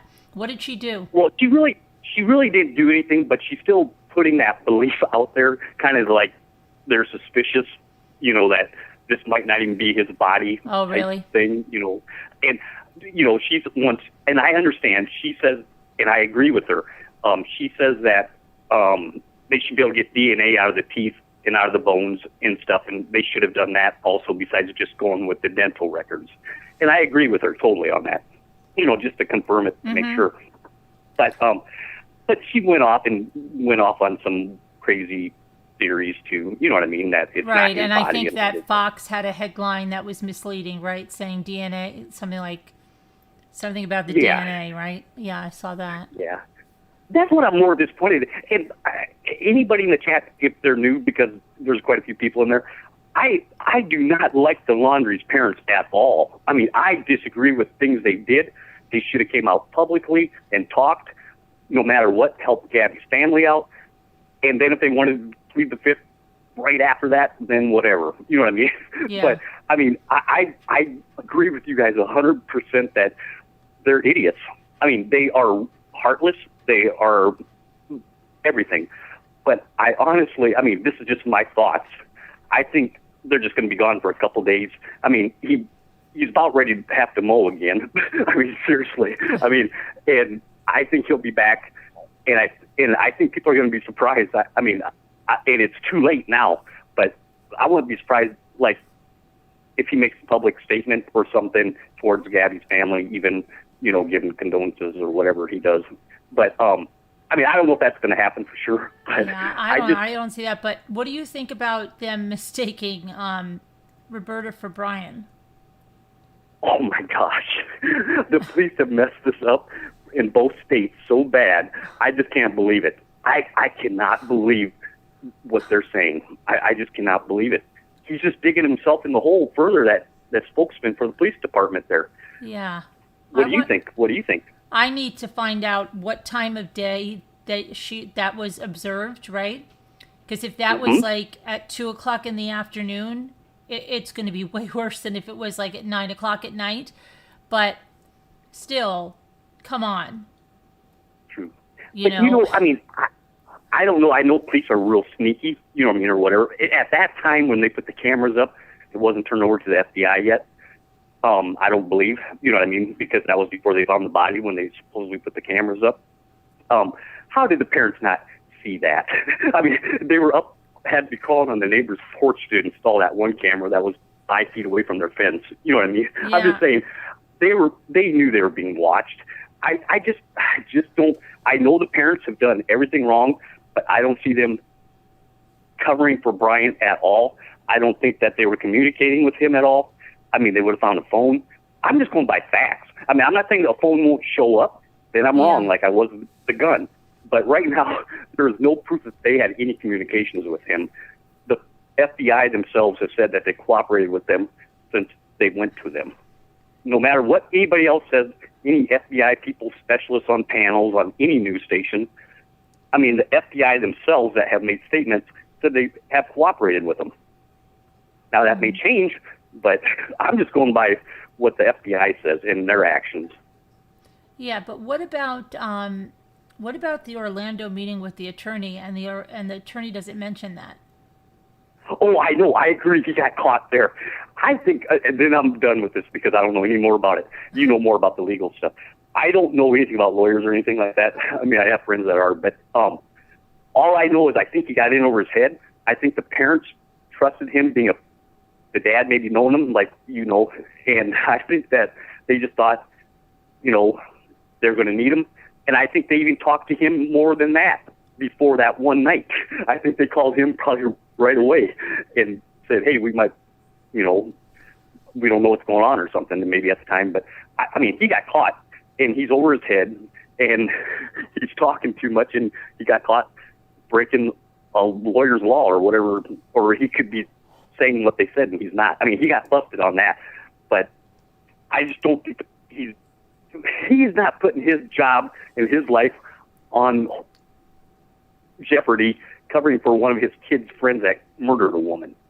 I mean, I just don't see it.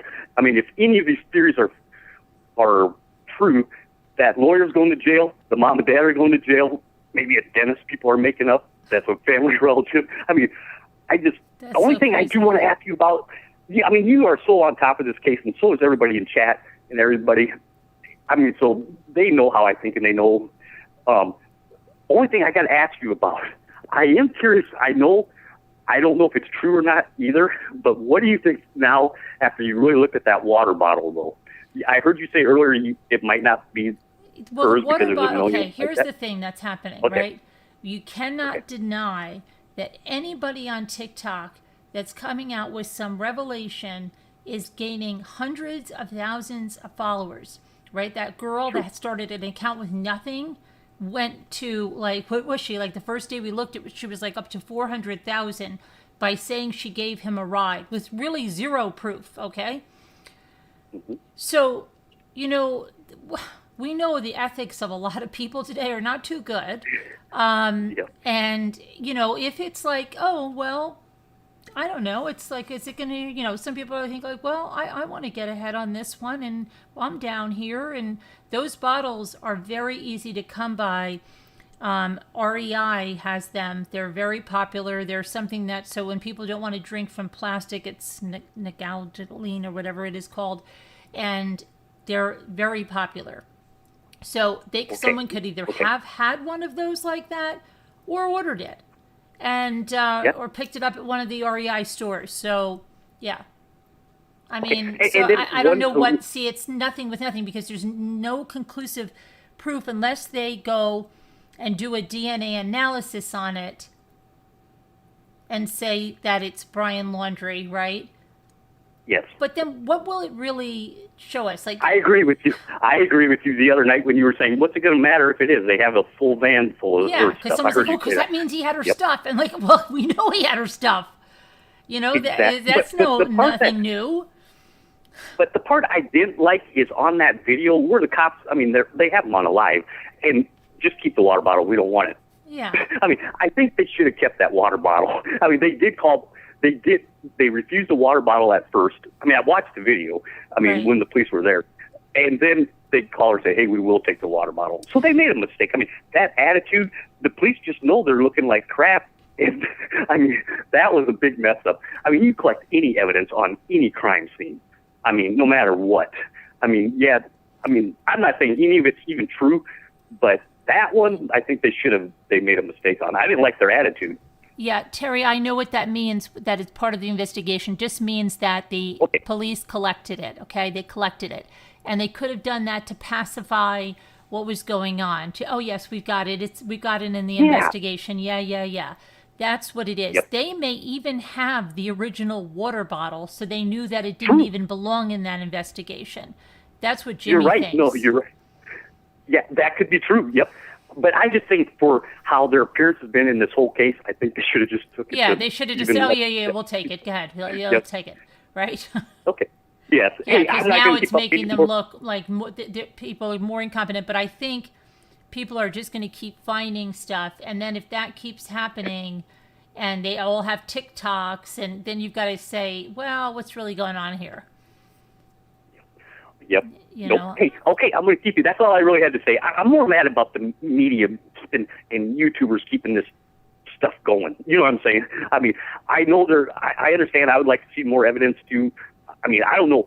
I told Deborah, the mod, I mean, I told her the other night, man, I mean, you know me, I've been, since the FBI took over, I think they've been on the right track, you know what I mean, whatever. But they did have that cleaned up too quick. Yeah. I mean, they really did. I couldn't believe when those guys were in there. Yeah, and I just can't believe the water bottle, right? Because if you saw we saw the wet bag, and it had like algae on it, and it was really disgusting kind of looking. It had that tear in it on the bottom. Yep. And the water bottle didn't appear to have anything like that. No. And why would he drop it? It was in the greener grass, you know, a little ways away. But why would he just drop that there instead of having it right next to him? You know, if he did kill himself, which he did, I think. Yeah, and if an animal took it or something, you know, like you would expect it to be gnawed a little bit and stuff like that. So it just didn't appear that way. I just want to thank you. We had our differences on this case, but I'll tell you, I want to thank you for keeping this thing level. You are the best at this. You have kept every case you do. You keep it to the facts. You keep it, I mean, down to earth. You keep everybody level-headed. What's really going on? I appreciate that so much.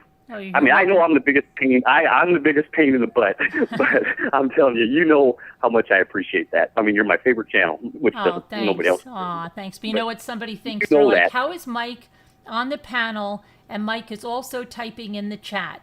But that's Michael typing in the chat. Yeah, no, I couldn't do that. I can't even look at my iPad. I can. I'm not like you guys. I can't do all that stuff. That's Michael in the chat, guys. Somebody's going crazy. Like, how are you doing that? Okay. Okay. I just want to say thank you, and I think this case will be wrapped up in a couple weeks. I hope so. I hope they just come out and just give us the unredacted stuff and let us see. You know, I mean, because what they said today really made them look incompetent. How much worse is it going to get? You know. I know exactly. Just come clean and let's get it going. Just get it all out there. You know, it's easier. Just get it all out there, and truth will set you free. They say. Okay. Well, hey, thanks for letting me call in. I just, man, my anger is just towards the media and stuff. I mean, those guys, every head honcho, every media star has blown this case. I mean, now, every one of them, all the ones I liked. I love John Walsh. I mean, I've watched him for years. He's done so many great things. But you know what it is? You know what it is, though? I can tell you what it is, and I've seen it. Now that we get so much information with the internet, right? And we have all the discovery and so much stuff at our fingertips. And here's what happens.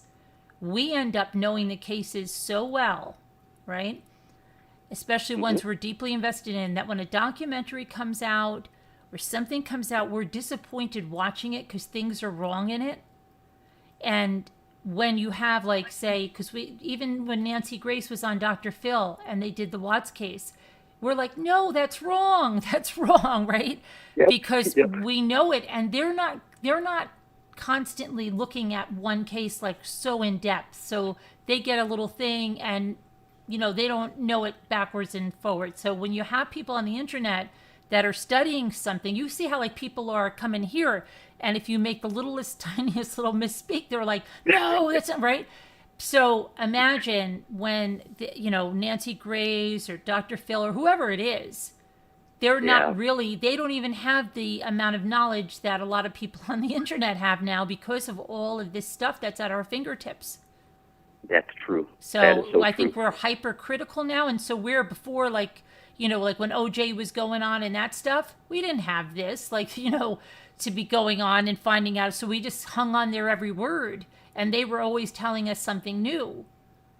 Yeah. And You're I think right. now we have so much stuff that we now know you just made me feel better about them again. And I still love John Walsh. I mean, for everything he's done in his life and Nancy Grace and all that.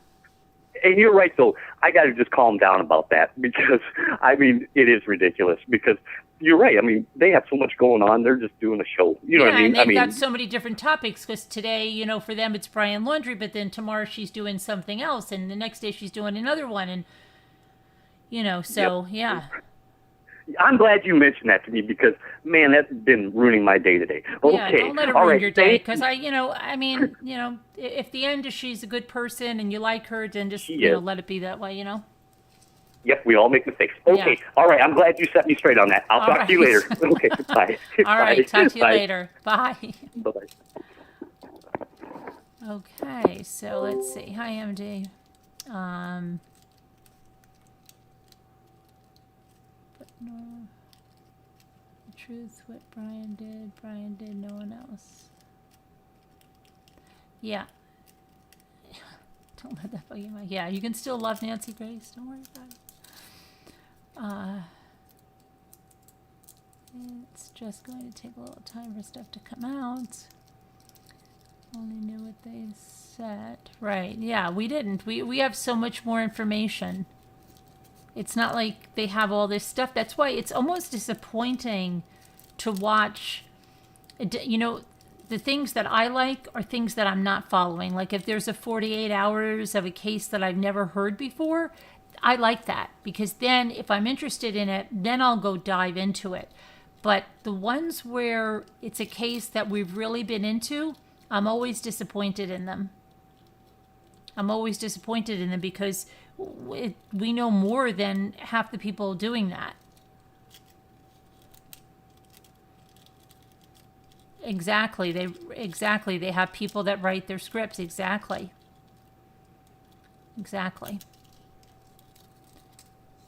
So, yeah, I'd rather watch something I have no idea about, and then I'll be there doing all the research.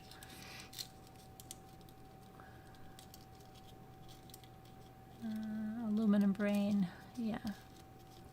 The more, because if you go to something that you're like, oh no, that's not the way it happened. It's kind of like watching a movie after you've read the book. Then it just aggravates the hell out of you, especially if you really like the book. Like when they did the Flowers in the Attic movie, I was so upset because I'm like, no, it drives me crazy. So it's usually better to see the movie and then read the book.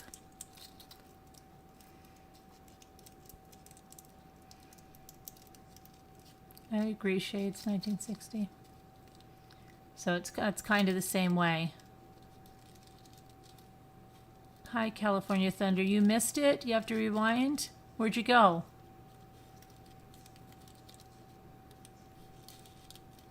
Repeats. So, yeah, I don't know. Oh. 2 scooters here. I read those books as a teenager, yeah. Those were wild books that, I could, That was crazy. Hello? Hi. Hi.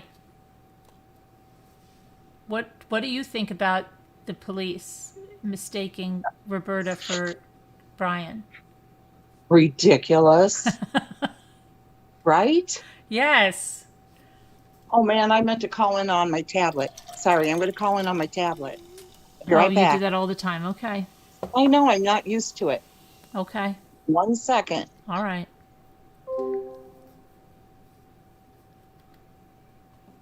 Hi, Dina.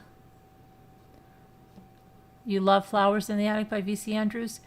It was so weird, though. So many things. I read every one of those. There was Flowers in the Attic, right? If There Be Thorns, Petals in the Wind.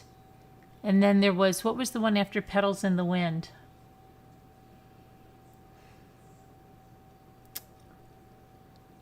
My Sweet Audrey. Well, no, that was a different one. And then there was that one, Heavenly or something. But then there was the one, I'll tell you, the one that where they brought the grandmother's past forward. I forget what that was. And Malcolm and a grandmother. They had a book it was after that about them being young. That was just so freaking weird. And that's the kind of stuff you're reading as like a teenager, and it's so freaking weird. It's just so crazy. What were you talking about? Flowers in the Attic, those books. Oh, yeah. Yeah.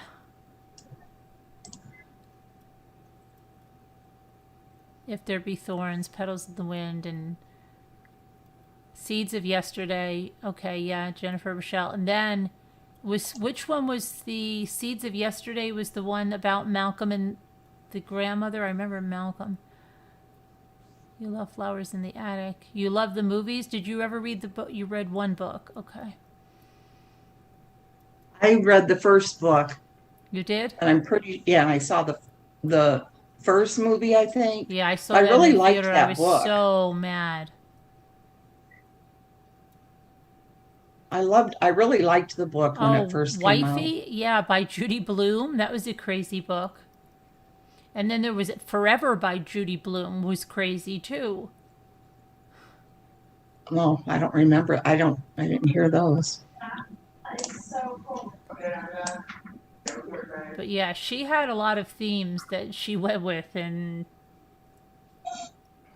really wacky stuff. Did you ever read Danielle Steele back in the day? No. No.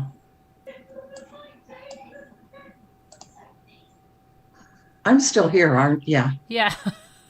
Okay, I'm trying to get into YouTube now. You get read the all chat. the books until she died? Oh, yeah, and then they had a new author, right? Somebody was writing for her. I think I read one. And I couldn't get into those heavenly books. I think I was pregnant when I was reading those. There was a book I read. My sister read it first. It was The Blind Fury. And it was about this family. And then one of the sisters was a little girl and she was blind. And I think she had like evil powers or something. And I remember reading that. The Blind Fury. It's one of those paperbacks. It was really thick. Uh-huh. Yeah. Charity emailed to call in. Okay. So. Do you think the Laundries will return to their house? I think if they do, it'll be brief, but I think they're gonna make arrangements to go somewhere else. I do. I just think they will. Probably.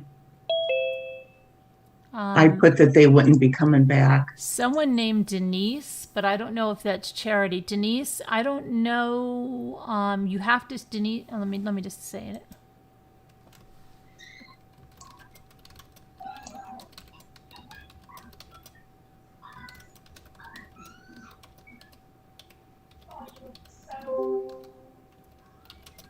Uh-oh, what happened? Who's that? Tammy? I don't know. Yeah, I don't see anything. Charity, I don't see anything from you yet.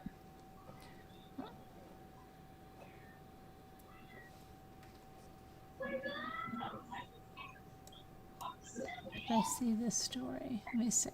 Good night, Heavenly Clouds. Heavenly Clouds. Hi, Charity Elderman. Sorry. It's already said.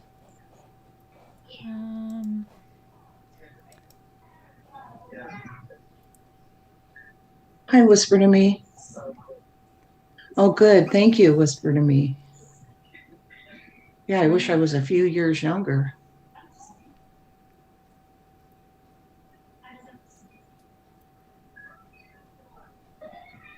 Wow. I met her. Who's that? Who's Oliver talking about? That's crazy. Oliver, where? Hold on. It says I met her at 15 and I got to know her. She was fabulous. Oh, maybe VC Andrews? Who's he? Oh, I don't know. Who are you talking about, Oliver? Hi, Betsy. Oliver. Denise. Oh, sorry. Oh, this guy. Two Scooters. Denise is Charity. Okay, you're sure of that? Because I don't think that's the same email as last time. Okay. You're sure, Kevin? Tammy's audio isn't working, she said. Hi, Taylor. Carol Boyce.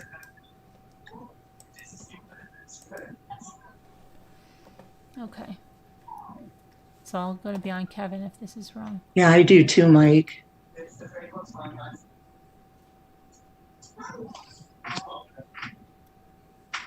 It's nice having her on earlier. Yeah, I had this scheduled for 10:50. I didn't see. I wasn't even going to go live. Oh, it doesn't matter. I don't care. No, I canceled it. I just had lost the mood, and I couldn't figure out how to do it. And I went to your thing, and then it said this video has been removed from the uploader. You were supposed to be on it like at 9, right? Yeah. Yeah, and then when I went on it, I go, oh, okay, and you had a fancy thumbnail and everything. Yeah. I did it right, didn't I? Yeah, I was surprised. I was like, wow. And then I go to click on it, and then nothing. It said it had been removed from the this upload has been removed. I held the magazine up like this to the camera. Oh, that I thought you did. See, I couldn't see. I thought you did it in an editing program. No. Oh. Hi, Jennifer, Rochelle, Dina. What was Carol that? Your old Time magazine you were reading? Yeah. You weren't upset that I called you, were you? No, not at all. Oh, my You weren't eating or anything? What? No, I was done. No. Okay. I was starving. When I came home, I rode my bike, and then I heard about this stupid thing, and then I told them I've got to eat. So I was starving, so I ate something. So that was... Yeah. You mean it was nice enough to ride your bike? It wasn't raining? No, it was nice today, which was surprising. And now I guess New York and parts of New Jersey are under a state of emergency. Really? Yeah, because we're supposed to get this nor'easter, and they said parts of parts of New York and New Jersey are going to get like a month's rainfall in one night. Oh. Yeah. And it was just raining like crazy before, and now it looks like it slowed down. I mean, it was like crazy. So I don't know what it's going to be like, but we always have something like this that takes all the leaves off the trees now, without fail. The leaves are coming down here like crazy from fail. Like I always say, like, how can the weather be that precise that all the leaves are down by Halloween? Like, why can't there be one year that, hey, there's no storms and the leaves are, they're not all ripped down? Because we get high winds and then it just clears everything. It's crazy. And every year I wait and I see and I go, nope, maybe it's not going to come this year. And it always does. It's crazy. But that's right, Michael. One year around this time, I don't know if you guys had it, we had a nor'easter that brought like 8 inches of snow. It was crazy. We've never had that before Halloween. But then the next week it was gone within like a day because it got warm again. It was a freaky thing.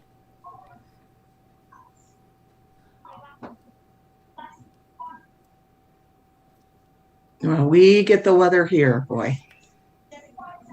Is it cold? But I know there? you guys do too. Is it cold? Cold today? Yeah, pretty chilly. Yeah.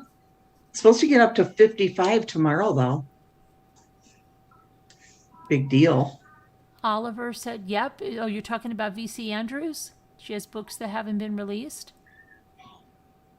Cool. Oh, you know what I got today? You want to know something? Yes. I got my new Carte Fina order. Did you? Yes. I meant to get, I got to do that right now. I forgot. I can't wait to open it up. I can't believe it. It comes so fast. It's the greatest thing. Yes. And it's free shipping. I don't know why anybody would pay for that expedited shipping because that's ridiculous. That's so dumb. I did that, remember? I did that with Leah Griffith, I think. Did you? Right in the beginning, I think, yeah. I was just, because I wanted it to take with me down to Buffalo. So it had to be here. I have to look there real quick. Oh, here's Lisa. Get that order. Her daughter writes books too. Oh, Leslie Rule? Are you talking about Anne? Oh, no, I think now they must be talking about Anne Rule. Oh, okay. They have to be because it's not VC Andrews. Hello. Hi, Lisa. Hi, Lisa. Hi, everybody in chat. You sound down in I'm the very dumps. sleepy, Oh, okay. I was going to say you sound down. so I may fall right asleep. You didn't just get up? No, I've been awake all day. What prompted that? I You had had to go phone to the calls doctor or to something? make. What? Did you have to go to the doctor? No, I have a doctor appointment tomorrow at 3:15 telehealth, and then Wednesday, a phone call with a psychiatrist at 11:30 in the morning. So how come your schedule changed? Oh God, I'm sleeping weird times, you know, couple hours here, 4 hours there, that kind of thing. Yeah. It's not steady. Yep. But I got my Carte Fina. And what else? Trying to think. At least you're finding out, you know, trying to get help.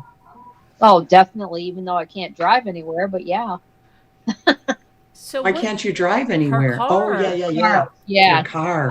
You have to choose between, do I get a $300 6-month car insurance, or do I get a $300 new alternator, you know, but I need the insurance first because you can't really have that lapse or you get in trouble. So, yeah. Oh, yeah, So that's that's what I'm working on. Yeah. Yeah. Your dad can't help you with that, Lisa? Oh, I never have asked him for any help ever. Oh. So I don't think I want to start now. Plus, yeah, I my hear ya. my mom might not be too happy with that. Yeah. Yeah. I'm not one to really go out and ask for help unless it's like I'm dying or something, but, you know, I don't even know if I'd do it then. Same here. Same here. Yeah. I don't know. Jimmy's trying to figure out what the heck is wrong with his car. He thought he fixed it, but now he said today, I think I'm going to have them see what it would be. I don't know, something about the stupid, what do they call them? Oh gosh, what am I looking for? Oh my gosh, what is the thing called? Alternator? No, it's something in the back. Oh my gosh. Not the lug nuts, the oh my gosh, where's the guys in chat? Is it something for a car though? Yes, and it's something that'll make some kind of, like, I almost think of it like looks like a bolt or something, but the heck is it called? Oh, that's good, Kevin. I'm glad you got your glasses. Green line, I have sleep apnea too, so it's... Oh, the wheel bearings. Doesn't help. The wheel bearings. Oh, wheel bearings, yeah. Wheel bearings, yeah.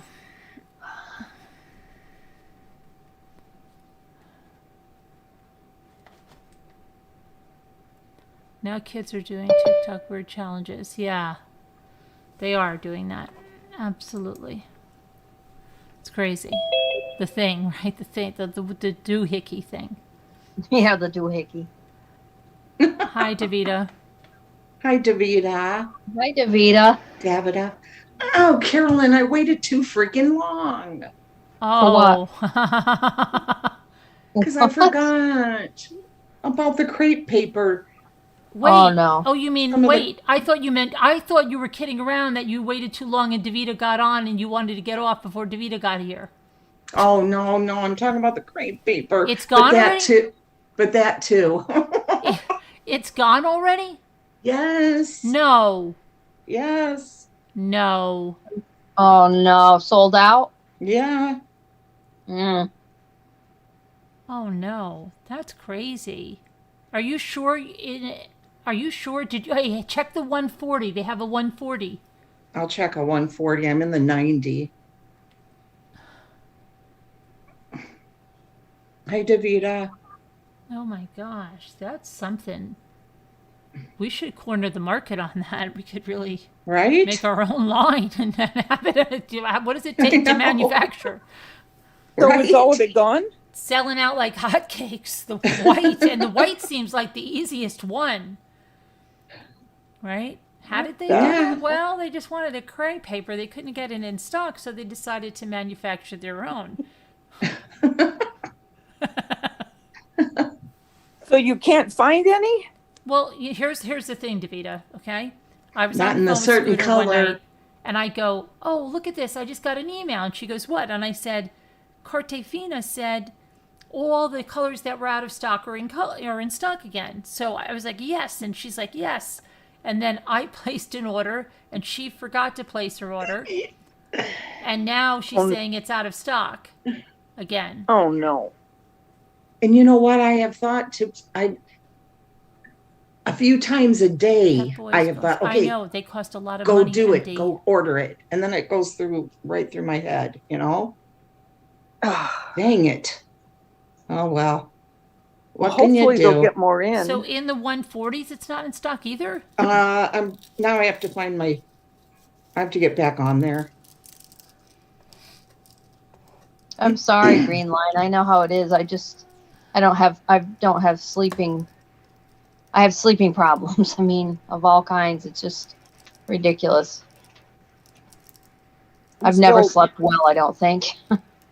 You haven't, even young, Lisa? What? Even when you were young? Yes. Even when you were young. No, as soon as I said that, Yeah, I'm even when you were young, Lisa? I mean, when you were a teenager, yes. Even when I went to school. Yes, same. Yeah. I didn't mean it like that. Oh my God. I'm going to hang up and call back.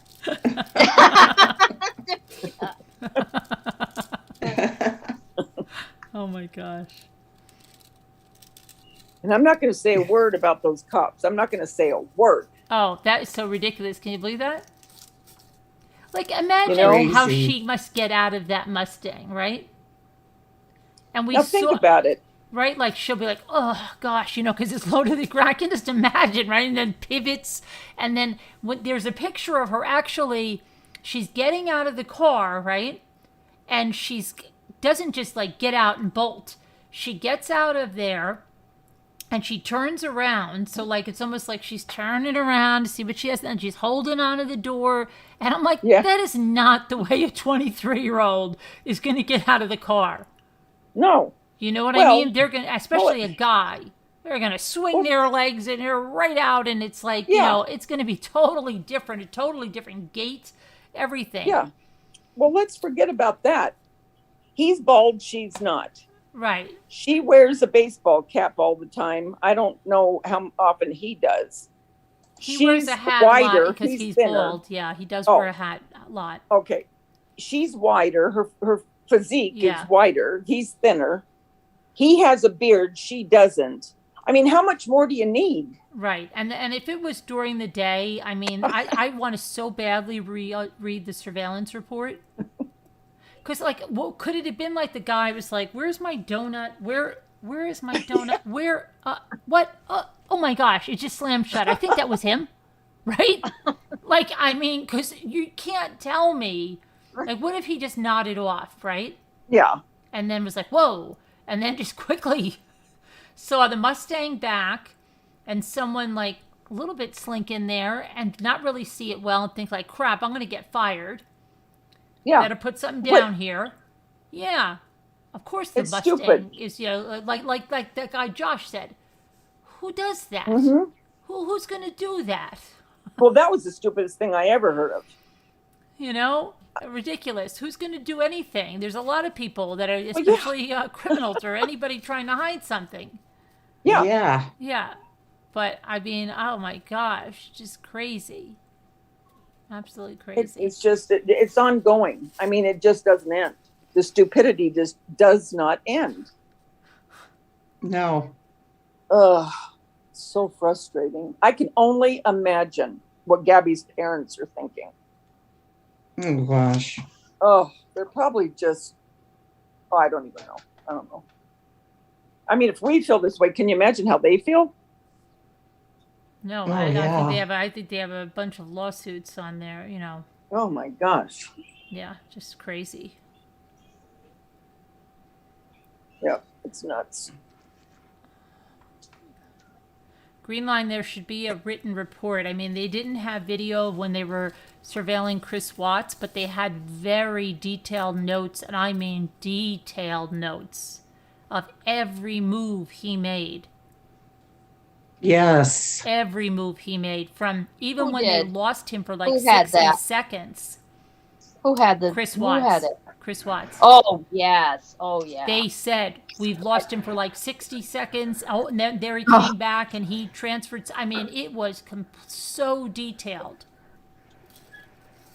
From what type of bag he took out of the house, how much, he opened the trunk, he did this, he did that. But. Was that his shadow? Yeah. Well, these guys are just incompetent. I mean, I don't know. I mean, I don't know. It's ridiculous. It's absolutely, that's why I want to read their report. And I bet you they don't have something detailed like that.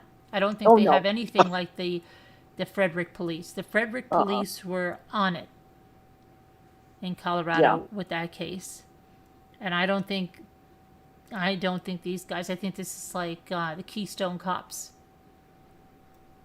Yeah. Yeah. These guys, I don't know where they went to the police academy, but they got to change. Maybe they went to Police Academy, the comedy with Leslie Nielsen. Yeah, the movie. Yeah. Police Academy, when you just said that. Yeah, they went to the movie instead. Did you go to the Police Academy? Yeah, it's a good movie. I know.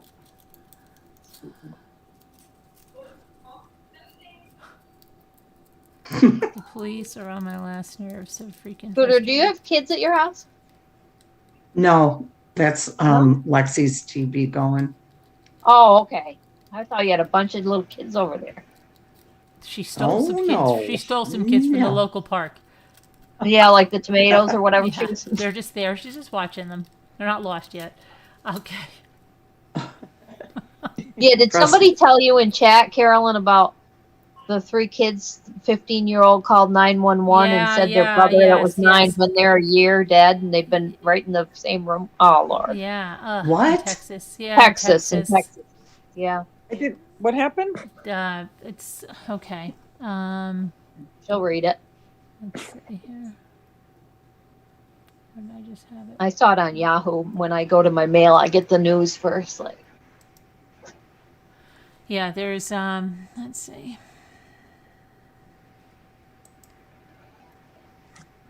It's in Texas. Again, Texas is like notorious for stuff. Houston. A sheriff in Texas says the skeletal remains of a child and 3 abandoned children have been found in an apartment. The Harris County Sheriff's Office is a 15-year-old called to report his 9-year-old brother had been dead for a year and was inside the home. Deputies responded and found the body as well as the teen and 2 other siblings, 10 and 7. The sheriff said it appears the surviving children had been abandoned by adults who were fending for each other. The mother of the children and her boyfriend were later located and were being questioned. Yes, but they were in the living room with it. The body was there the whole... Oh. Oh. I know. Unbelievable. Oh, it's just crazy. Well, they're scarred for life, no doubt. Yeah. Thanks, Mom. Yeah, right. And when did the brother die? Like, did the brother die after the parents left, before the parents? You know, what happened? I know. Yeah. About a year there. And, oh, dear. Wow. It's crazy. And they didn't go to school. This is what I mean. This is what I mean Yes. about the pandemic. Yeah, because right. kids were unaccounted for, and Yep. they could easily be, oh, well, that's because they're doing remote learning or whatever Right. it is. And Yep. That's what I'm afraid of. We haven't even seen the half of it. How many kids are Probably really, not. Right. And a Right. little 5-year-old, he was found. That little cute 5-year-old, he was found dead. Oh. Yes. That was yeah. I saw that. No. Didn't they say he was buried in the backyard or something? Oh. Yes. One of them that I saw Yeah, on the yeah, news. the little one that was smiling with this. Oh. Yeah. And you've never heard anything about Summer? No. I mean, there's like the parents have a channel now. Is that true? The father's got a channel. I haven't. I've heard that, but I I haven't can't looked. even. Everything's so bizarre anymore. Yeah. Yep. I think the Laundries will go back to the house. I don't think they'll stay there. I think that they'll get things ready to sell and move maybe to another state. I don't know. The mother has a light. I just don't see them staying in that house. I wouldn't think, you know.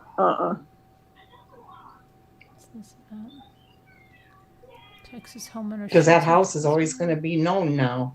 Oh yeah. Texas man. What is this? Yep. Been charged with fatally shooting a man. Hasn't Anna Patty been in? Because she was going to go to the doctor. Remember? Says the mother of She those was in abandoned earlier. children. Listen, the mother of those abandoned children that were living with their brother's corpse was released without charges. Neighbors say she reported the smell. Oh.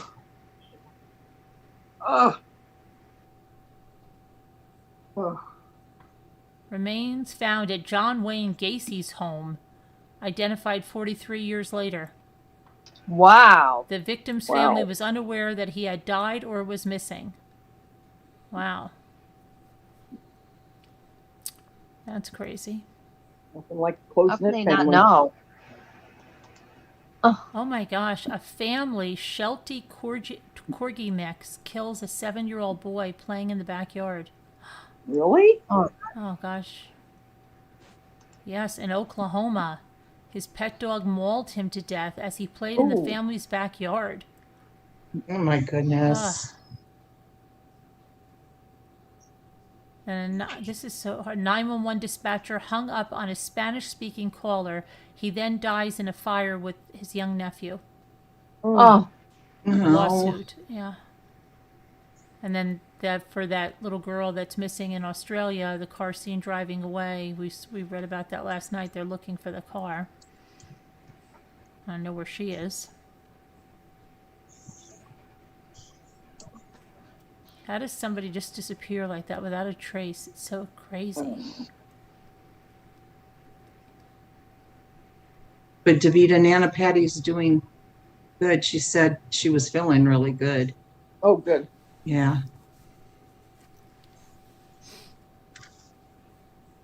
Two people killed in ritual sacrifice at Jamaica church? Jamaican? Or in Jamaica, the country? Jamaican, it says. I'm going to mute so I can try to see why my sound is so quiet. I have it all the way up on 100. Oh, here's Texas again. A 36-year-old Texas man has been charged with fatally shooting his mother, then stuffing her dismembered body into a crate he built last month. Court documents released on Friday say that Robert Barnes confessed to killing his mother and cutting her up. Hold on. This sounds like another, whatchamacallit, the guy that had his mother's head in a pot. Yeah. Yes, that's what I was thinking. Oh, my Yes. gosh. Oh, that was awful. Police said they went to the home on Wednesday when family members said they hadn't been in contact with Lucilla Barnes since Tuesday, and her sister said that when she went to the home, Robert Barnes came out with a rifle, ordering her to leave, while saying he had taken his mother to the airport. Asked by officers which airport Barnes took her to, he couldn't say. Actually brandished a firearm outside the residence and was not cooperative with investigators when they first arrived on scene, and wouldn't let anybody else inside the house. That's what led deputies to eventually get a search warrant. When they returned on Thursday with the search warrant, deputies reported finding blood inside the house, but no sign of Lucilla Barnes until they looked into the garage. The station also reported that Barnes had a history of violent criminal activity dating back to 2003. He was charged with murder and tampering with a corpse, appeared in court on Friday, given a $650,000 bail. He was ordered to surrender his passport and any travel documents, not to contact any family members if he does post bond. He stuffed her body. What did he do? He cut his mother's up so she could fit into the crate and put the crate in the garage. Oh my gosh. Kevin wanted you to see, he said that he heard the parents, Gabby's parents, I'm surmising, are in Hollywood for Dr. Phil. Can you check? Where are they? Say again? He said, I heard the parents are in Hollywood for Dr. Phil. Can you check? To film. Oh, I'm surmising it's Gabby's parents. Okay. As a follow-up. All right.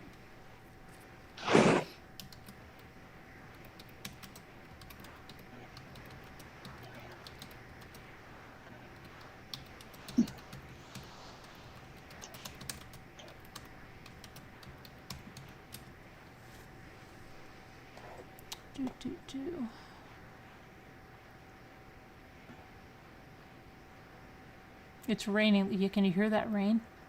Yeah. Now it's coming down. We're in a state of emergency. Crazy. Well, as my mother and other people would say, it's the end of the world. Right. Yeah. We don't have. And sometimes, don't you kind of? Do you ever have like a little twinge that like? Yeah. Maybe they're right. Yeah. Yep. Yep. Yeah. Let's see. I'm not seeing it, Kevin. But I don't know where you. I'm just looking here. Usually, Dr. Phil flies in to where they are. No, I've been hearing that they were out there. It showed them in Hollywood and everything. You've been hearing it too? I saw it on in the news on my laptop. Really? Oh. Do you have a link? I didn't click on the picture, but... Do you have a link? No, I didn't even click on it or anything. It said, though, click here, you'll see them enjoying themselves out in Hollywood or something. Oh, really? Okay. Yeah.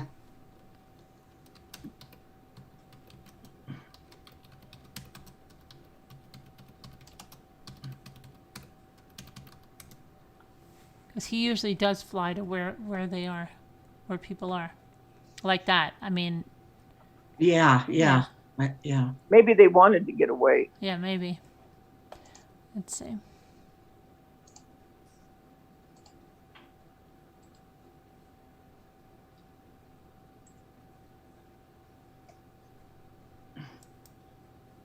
Did Dave go to the doctor today?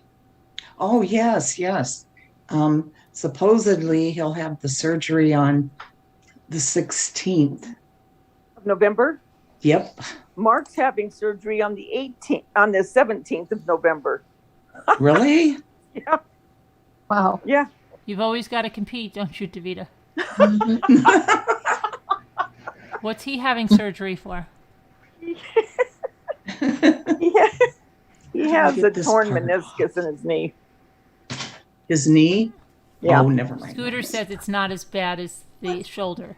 Oh, no. It's not nearly as bad. I guarantee you that. Did you say they're going to replace his shoulder on the 18th? No, David's the 16th. Oh, so he's ahead of Davita's. Yeah. Yeah. Oh, okay. So You guys wouldn't believe how much weight he's lost. Oh, Really? bless his heart. Yeah, his clothes are hanging on him. Oh no. But wait, he had to go on a diet though for certain things, right? He had to cut out some stuff, so that's why he lost weight. Well, yeah, and they were really impressed. Hi, with his Lexi. I blood see a work. shadow behind you. Well, that's Scooter. good. That's good.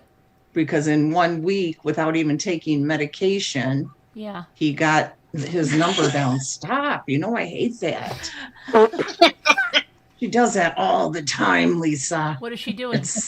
She always gets I right do- here I by did my that ear. too to and she'll irritate go- my And it's like, oh, How does So he he's just feel, not- Scooter? Dave. Yeah.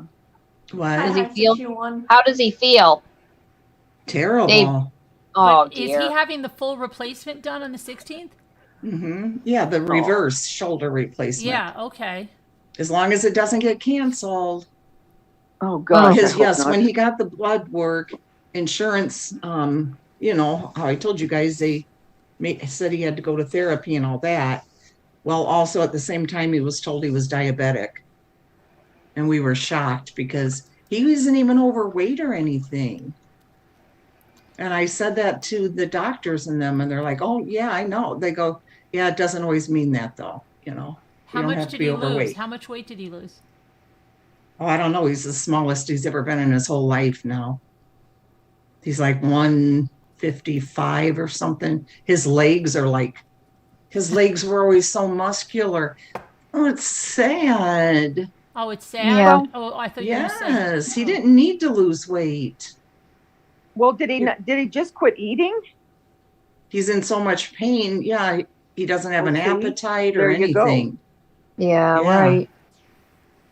It's really sad. Well, he'll gain some back. I mean, once he's feeling better.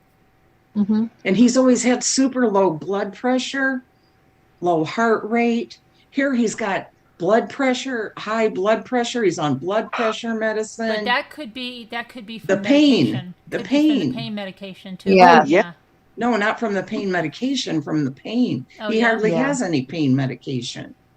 Okay. Oh, I think Kevin, you're saying Summer Wells' parents are going to be on Dr. Summer Phil? Well. Okay. See, Yeah. that's Yeah, that's okay. what I Sorry, meant. Kevin. Summer Wells. You guys I think said that's Gabby Petito, and then I there's did, nothing I did. there that they're in That's Hollywood. what I thought. I surmised. That's what I get for surmising, Kevin. Okay. Sorry, Kevin. All right. Thanks.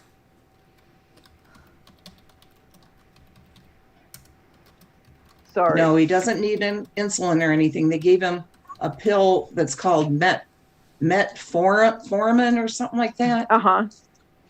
For the and he said that was making him feel horrible.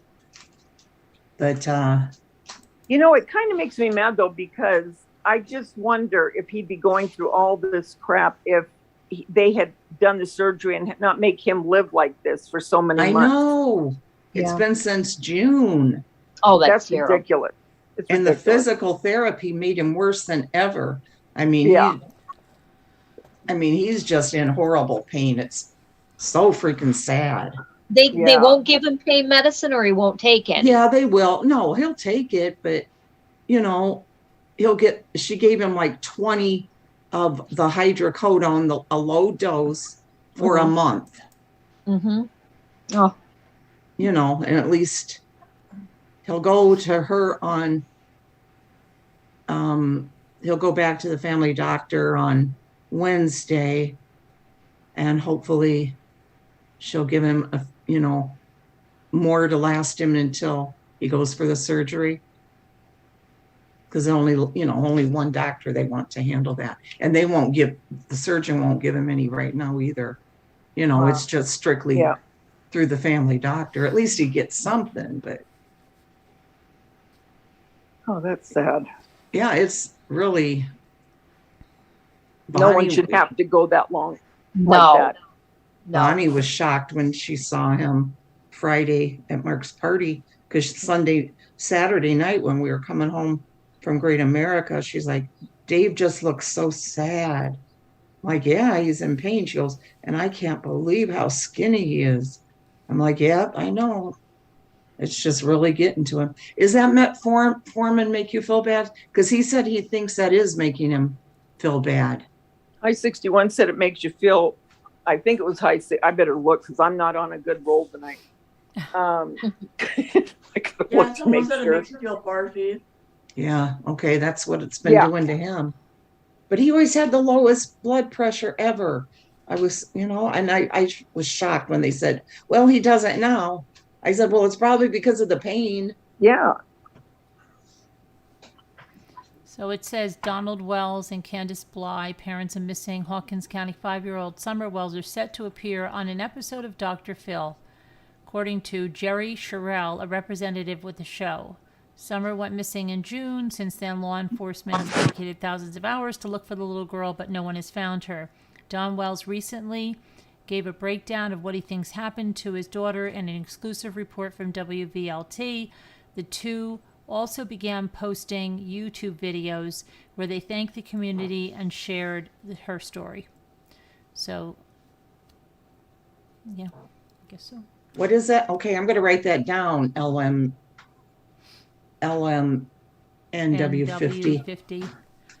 said to have them change it to the XL, that Foreman XL. Extended release. Put that in my little notebook. Isn't metformin a blood thinner? What is that? Isn't that a blood thinner? I don't know. What is that? I think it is, isn't it? What Dave is said that they told him it's something that will help protect the heart or something. Is it a blood thinner or is it blood pressure medication? Well, he's got to be careful if it's a blood thinner because Mark's on that because of when he had. Well, maybe it's a blood pressure medication. What is it? No, he's on lisinopril for the blood pressure medicine. Oh, thanks, Bridget. Yeah, it really sucks. He'll be okay though, Yeah. Once he gets all this done. It's a sugar drug, Sandy said, for the diabetes, I guess. Oh, look, Sassy's on it, on the ER. She takes 2,000. Chowder. I had chowder. Metformin is for the diabetes. Ed Chowder knows XL. that. I'm just gonna write it.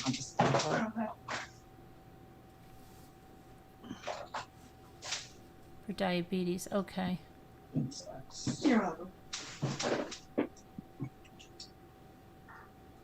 And so that might help him with his nausea or whatever he gets feeling weird. Yeah. Newer cars, you cannot grease them. Are you guys talking about the wheel bearings? It goes like from one subject to the next. You're not it's so crazy. But you know what? Isn't it typical of women? Yep. Well, there's men in here too. Oh yeah.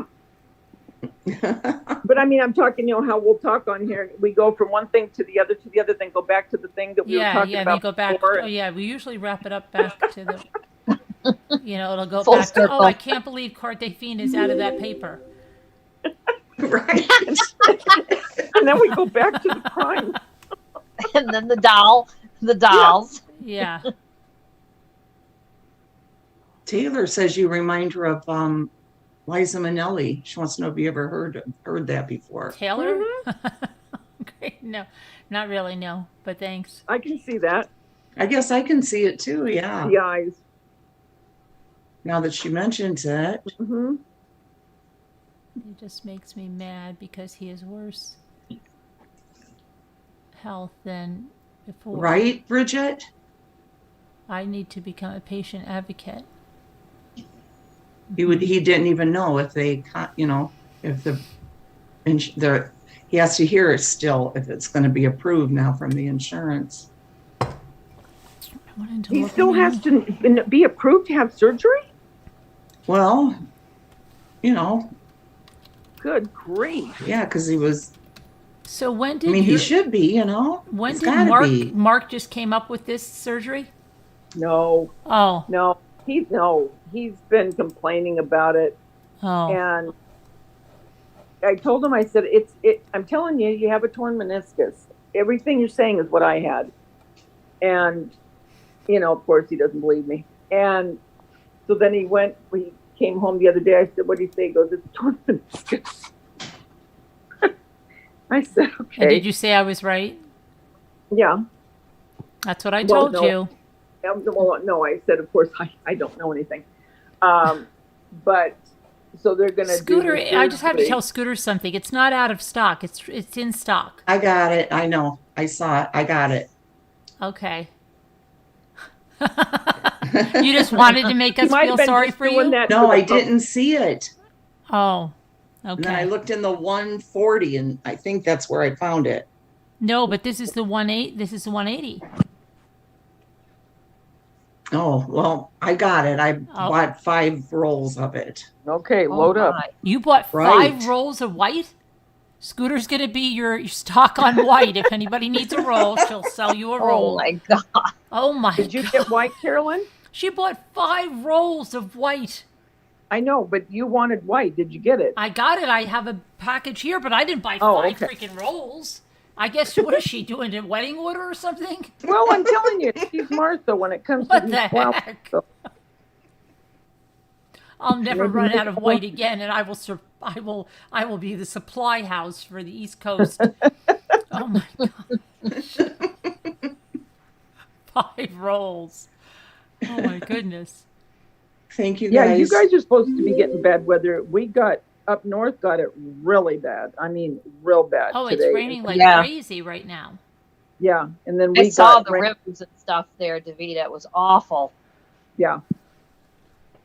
Yeah. It's raining like cats and dogs. I And I think, can Scooter, understand you're that supposed to be getting expression. Like cats and dogs, it wouldn't sound like that. It would sound horrible if cats and dogs were coming down, right? Oh, come on. Like who? And how did that catch on? That I can't even understand, because it wasn't even like there wasn't even a meme or anything. Somebody had to say it, and then their cousin had to say it, and they had to say it enough. Imagine for something to catch on without the internet, right? Mm-hmm. It's raining like cats and dogs, Ernie, and nobody said that's stupid. That's stupid, Earl. Right? Earl, that wouldn't sound like that. That would be horrible. There would be a bloodbath when they hit the ground. Oh, it would my be like God. a massacre. Oh, my Lord. Oh. But why would anybody say it is what I want to know. It doesn't make sense. Running around like a chicken with its head cut off. Well, that's real, though. Because that is happens. true, that is but that's real. awful. I know would it's traumatize awful, me. but at least That it's would relatable. traumatize me. Okay? Raining cats and dogs, people would get killed. Like if you had like a 180-pound mastiff coming down on your head, you would die, and the dog would die. And You have to take it one step further.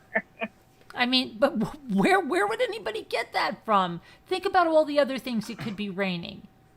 I know. You could say, what could you say to describe the rain? It is raining birds and geese. I don't know. I wouldn't even use animals. I would. I know. I'd rather do diamonds. Just like it's like the floodgates opened. It's raining that hard. Like we're cats and dogs. Come on, we've got to change that. Yeah. I'll be back. Gotta When run to the pigs bathroom. fly. Yeah, but see, that's also could be real because pigs aren't going to No. fly. But this cats and don't dogs fly. business, there's Fly? no reality. That's not based in reality at all. Yeah. There's no reality to that. You mean when pigs fly? Is that No, what you said? pigs fly. No, that's relatable. Like just like when hell freezes over, that's relatable. It means it's not going to happen. But how does a pig fly? It's rain. Well, they're not going to. That's the whole thing. Like so, if you said, "Come out here to California," and I'll be out there. Oh, you'll be out here when the pigs fly. Meaning, I'm never coming out there. Gotcha. Okay. But that's relatable. But it's just this stupid cats and dogs business. And I want to find out. I'm going to look up the origin right now to that because. Well, I did do that one night, if you remember, right? Yeah, I'm sorry. I can't deal with it. It doesn't make sense to me at all. Oh, my goodness. Cows jumping over the moon. Right? I was just thinking yesterday, I think it was, how some of these things get started. Play There just has to the be tip one with harmful person chemicals. Wait a somewhere. minute, my video's playing because I had to go. I lost my chat and I had to go back on my video. Go ahead. Yeah, there has to be one person somewhere that starts, that says this. and then it just spreads like wildfire. Yeah, but and think then about back in the day, how horrid that must have that's been. what to I'm get saying, something, though. That's what I mean. right? I've always wondered that. Or these rumors, before the internet, they would Yeah. spread all around, the Well, country and everything. I'll never forget, I was in Kohl's about, gosh, it had to be like 16, 17 years ago. And I saw Wow, this that was guy- there that long ago? What? I don't think we had a Kohl's. Oh, yeah, we May- had a well, we Kohl's. do in Saratoga, but I don't know how long. We haven't had one for long. Oh, yeah. So, and I remember being in there, and I saw this guy, old guy, like, I don't know, his 40s, shopping with his sister, or I think it was his sister. And she said, "What about these shoes?" And he goes, "Oh my gosh, those are from Hunger." And I Those are said, what? Those are Hunger? from Hunger. Hunger. Yes. Hunger? And I said, Instead of hungry? No.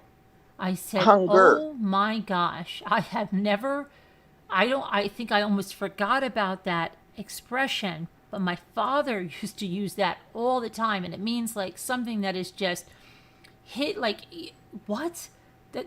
Those pants are like from Hideous? Hunger." No, I'm not, I don't Never want heard of those. it. And I have to look that up and they thought I was crazy because I was like, I can't believe he said that. I don't think I've ever heard another person say that other than my parents. And it was hysterical. So I don't know if anybody's Must be has that heard comes that. from 4 times when people were Yeah, starving to death or maybe something. like from Yeah, Hunger. it has to I be. don't. I'm going to look up that expression. Yeah, look that up, would you?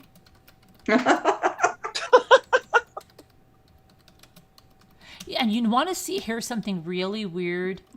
When I think back on certain things, and prior to the internet, I have visions of myself looking something up, and then I say, no, I couldn't have. Like, the other day I was thinking about something, and it was when, like, my mom was here, and I remember, and I checked that for my mom on Google. I'm like, no, I didn't do that. But I really feel like I did. Huh. So crazy. Wow. Okay, what does from hunger mean? By saying a food item is from hunger, okay, now see, but people say it more than just food items. They are insulting the food because it is so bad that the speaker is concluding that it must have been derived. Hold on a minute, let me go here. Hold on, get away from this, accept all cookies. What is the phrase from hunger? As in, the XYZ is from hunger.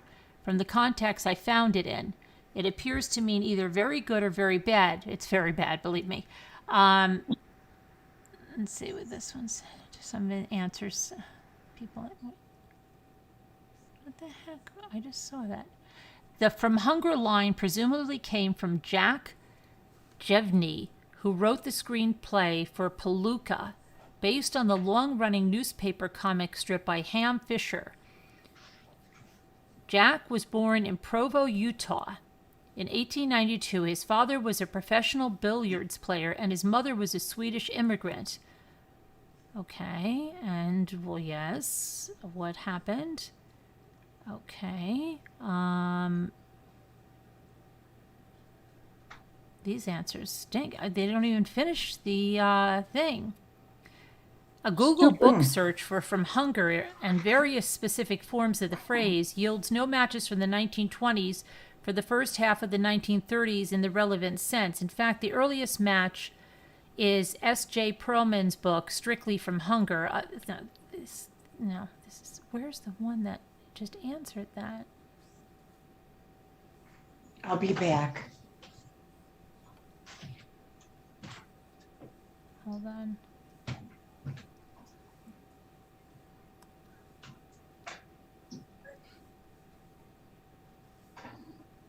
I don't think anybody knows these. Oh, if so, here, okay, this might be. If something, I feel like I've looked this up on the show before. If something is from hunger, it means it's lousy. If somebody exclaims a song, for example, is from hunger, they're telling you it stinks. It has nothing to do with food or hunger. Yes, that's right. Regarding etymology, I know it's older than a beatnik slang because my father, New York City, say it must have probably come from the New York City area, German American 1922 to 1976 used the phrase all the time. Its origin might be in 1930s jive talk because my father was an avid follower of swing music in his youth. And then someone said, this, see, they're all saying in the New York area. It said, this is an expression that means horrible. At the start of every baseball season, my grandfather would wave his hand in disgust and shout, the Mets are from hunger this year. I would say that it's probably a local New York area expression, mostly used by those with Yiddish in their background. And then it says, that's not Yiddish, but somebody said it's old jive talk, means not good, not cool, not desired. Let's see. As to the origin, I was born in 1941, and the expression had been around for years before I was born. I used to think that Hungary was involved, as I thought it was something from Hungary that was automatically bad, but I don't think that's right. My mom used to say it and got all melodramatic when she said it, mocking it as if an expression. She thought it was already getting obsolete. You had to be there. Then someone said, I grew up with hearing my parents saying someone strictly was from Hungary, usually referring to in-laws. I had the idea it meant poor immigrant backgrounds. It sort of went along with basement relatives that lived in basement apartments whose front doors were in alleys. Oh, yeah, that's not. My father has used this expression his whole life. He was born in 1920, which is in agreement with the idea that the expression was somewhat common in the 1920s to the 1940s. From context, I always understood it to mean, as others have stated, of poor quality, a last resort. Interestingly, he is from New Hampshire with no Yiddish connections. Perhaps if the expression arose primarily in New York, it spread throughout the Northeast. Let's see, by saying, okay, that one's a food item. This expression isn't heard much more, but it was common enough in the 1920s, and a large fraction of the writers I've seen using it in that era did have some sort of Yiddish connection. In those early examples, it was applied to persons rather than things, and frequently preceded by the adverb strictly, as this singer is strictly from hunger. So I've always taken it as suggesting that someone was doing a job purely for the paycheck without, no, that's not how it was. My Italian father from New York used this expression as early as the 1950s. It means lousy, bad, it sucked. Yeah, my father used that all the time. I am not, those shoes are from hunger. I am not getting those. But it was so funny because I hadn't heard it in so long. I never heard anybody else say that. I'm going to bring that back again. Yeah. Now that I have this, we could all bring this back again. Yeah. Because I think that's what it meant. Do you like this dress? No, it's from hunger. No, put it it's back from on hunger. Put it back on the rack. Hunger. It's horrible. Carolyn, you should put that in your merch. Merch, yeah. Yeah. Yep. I have to think of something good. Word it some way that. Yeah. Now let me look at the cats and dogs. Stuff. The straw that broke the camel's back killed 2 birds with 1 stone. Yeah, but it's a see, whole bunch of them. That all makes sense, right? Because if you could take the stone and kill 2 birds, you're No, lucky. it's But awful, this cats though. and dogs, it's awful, but I don't It's understand awful. this cats and dogs. It doesn't make sense. Cats and dogs are nothing like rain. We're still talking Like, you know about what this. I understand? It's Still coming at down. it. It's coming down in buckets. That makes sense. It's coming down in buckets. Yeah. Okay? But it's coming down by the bucket full. It's coming down, whatever. But not cats and dogs. Yeah. Yeah. That just doesn't make any sense. No. Okay, the phrase is supposed to have originated in England in the 17th century. City streets were then Oh, filthy. I see. I'm not even going to listen because I already read it. Okay. Go ahead. Were then filthy, and heavy rain would occasionally carry along dead animals. Oh my goodness. Oh. There, see? Richard Broome's The City Wit in Oh, Lord. 1652 has the line, "It shall rain dogs and polecats." Oh, Also, cats and polecat. dogs have ancient associations with bad weather. What? Stupid. Uh-huh. And there's a picture. Oh gosh, this is not. Oh, this, no. No, this is not gory. It is not. Oh. It is not. It is not. It is a cartoon, and it's not gory. It's cats and dogs. Look, raining. That's exactly what I'm talking about, that would be ridiculous if that was happening. Yeah. Okay? Yeah. Right. It's ridiculous. Bunch of idiots. Okay. It says, it's raining cats and dogs used to describe particularly heavy rain is of unknown etymology and is not necessarily related to the raining animals phenomenon. The phrase with polecats instead of cats has been used at least since the 17th century. A number of possible etymologies has been put forward to explain the phrase. For example, drainage systems on buildings in 17th century Europe were poor and may have disgorged the contents during heavy showers, including the corpses of any animals that had accumulated in them. The occurrence is documented in Jonathan Swift's 1710 poem, Description of a City Shower, in which he described drowned puppies, stinking sprats, all drenched in mud, dead cats and turnip tops come tumbling down the flood. Cats and dogs may be a corruption of the Greek word katadupoi, something, however you say that, referring to the waterfalls on the Nile, possibly through the Old French word catadoup, waterfall. In Old English, catadoup means a cataract or waterfall. Cats and dogs may come from the Greek expression katadoxa, which means contrary to experience or belief, but there is no evidence to support the theory that it was borrowed by English speakers. If it's raining cats and dogs, it's usually raining unbelievably hard. An explanation widely circulated by email claimed that the 16th century Europe with peasant homes was commonly thatched. Animals could crawl into the thatch to find shelter from the elements and then would fall out during heavy rain. However, there seems to be no evidence to support that.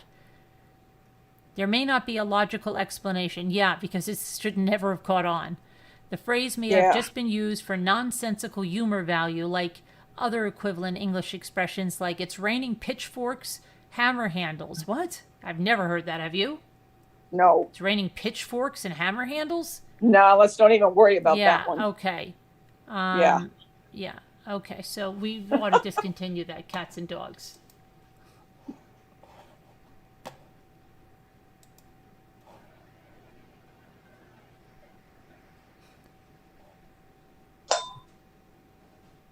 Yeah, I remember it's raining men. Yeah. The proof is in the pudding, which means I have to make pudding. Peanut butter should last a while. Oh, yeah.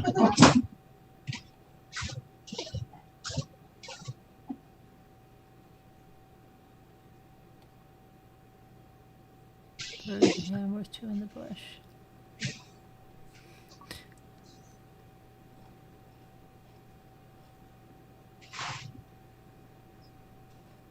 Free dogs and cats. Yeah, don't throw the baby out with the bathwater. How about don't throw the baby out at all, right? Yeah. Yeah. Let's go Dutch. Yes, that means you split the bill. Yeah.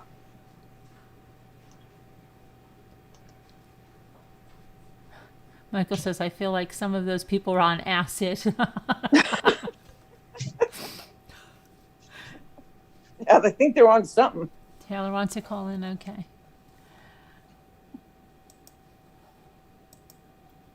Yeah, from hunger. I'm going to start using that a little more. Carolyn, okay, Charity said, I tried calling in. I have a very bad signal. Oh, I can't speak tonight. Signal. My iPhone got broken a few days ago, and it's caused me to not be able to get onto my iCloud account. So I made this email today, so I used my middle name. Okay, but did I send you the number, Charity? I thought I did send you the number. You didn't get it? I'm going to send it again.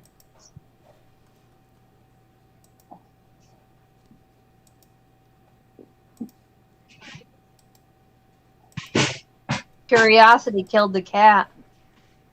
But again, you know, that makes sense, though. The cat was curious, fooled around with the wrong thing, and got killed. What about crocodile tears? Is that because they never have tears? I don't know. Is that what it is? They don't have tears? Crocodile cry? tears. I'm going to check it. I'm going to look that up. Crocodiles can't cry? Or maybe because it's big. Cry crocodile tears. Cat got your tongue? Crocodile tears. False or insincere display of emotions Fake tears. Okay, so why? Crocodile tears are surprisingly similar to our own. Humans are the only known species to produce emotional tears. The expression crocodile tears are real, it says. When they say crocodile tears, but that's a myth. How about wolf in sheep's clothing? Oh, well, that's easy to say, right? Because you think somebody's like a nice little sheep, but they're really a wolf. They're only wearing the clothing of a sheep. That means they're Jekyll and Hyde. They're like Little Red Riding Hood. Mm-hmm.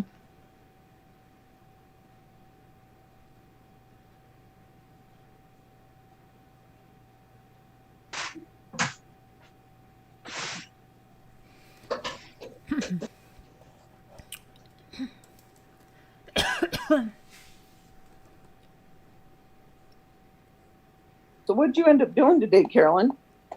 Went for a bike ride. I did a haul. What did I do today? And then I did another video on that crazy thing with the laundries. And then I was in Scooters Live for a while. I answered You did a haul. I answered emails. Oh gosh. I like how soft the bread is. I paid some bills. I bet it looks like hard.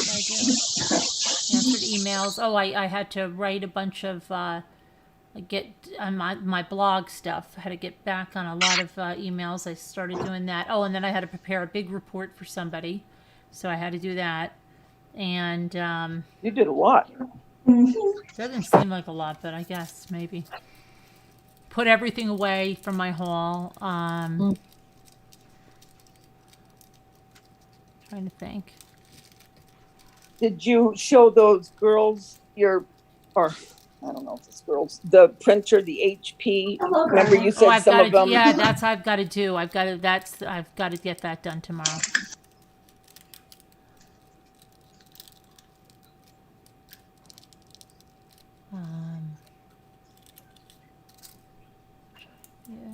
Yeah.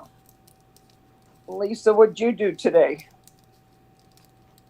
Oh, made a lot of phone calls, set up doctor appointments that I can do on the phone or telehealth, and yeah, that kind of stuff. Good night, Chris. Charity.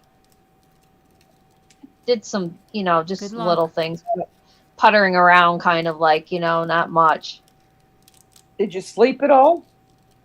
I did sleep this morning from I fell asleep. A bunch of roses. And you all were gone. the thing had ended. I think I fell asleep right toward the end, and then I slept until about 12:30. So I got like 6.5 hours, 7 hours. Oh, so that was. We didn't watch a movie last night, did we? No, but I was on with you guys here in the Zoom. Yeah. You know what? I think I can use this tissue paper to make the logs for my little dollhouse that Lisa D has never finished helping me with. What? What'd you do use today? This tissue paper to make the logs for my little dollhouse, because then I have the little things to go on the end. Oh, nice. Yeah, but Lisa D has never helped me with. She said, "Oh, I'll help you with that, and I'll finish the dollhouse with you." She never did. Oh, shoot. What? I'm just saying she should. I'm just saying. Oh, shoot, she didn't help ya. Yeah. So I tried to tell her I'm totally lost with that. I didn't do anything exciting, Davida. Nothing. Okay. Been rainy and I'm everything. going to get my crepe paper and just show the papers that I have. I'll show. I want to see what I have. I mean, Carolyn hasn't been letting me say the last couple of days that we were having floods, Yeah. Flood, whatever you call it. Taylor emailed you, Carolyn. I sent her the number. Who? Oh, okay. She's getting mad. She's getting angry. I gave And where do you think you're going, young lady? Didn't she call in before as well? I don't know. I'm so confused. Carolyn. You know what, Scooter? What? My crepe paper came 2-day shipping. Really? And yet they try to charge you for that. Really? Yeah, it came 2 days. It says 2 days Wow. shipping. Yeah, it said if you order 8 rolls, you get free. You must have ordered so much because I have a box full, and my order, yours was like, it went on for freaking forever. You remember that, Davida? Yep. Yeah. Yeah, it went on for freaking forever. And look. Yep. Right. What about it? Is there a problem with that? That's all that's on mine. Yours went on for freaking forever. Yours was like down there. Like, I don't even know. You're like a Debbie freaking D.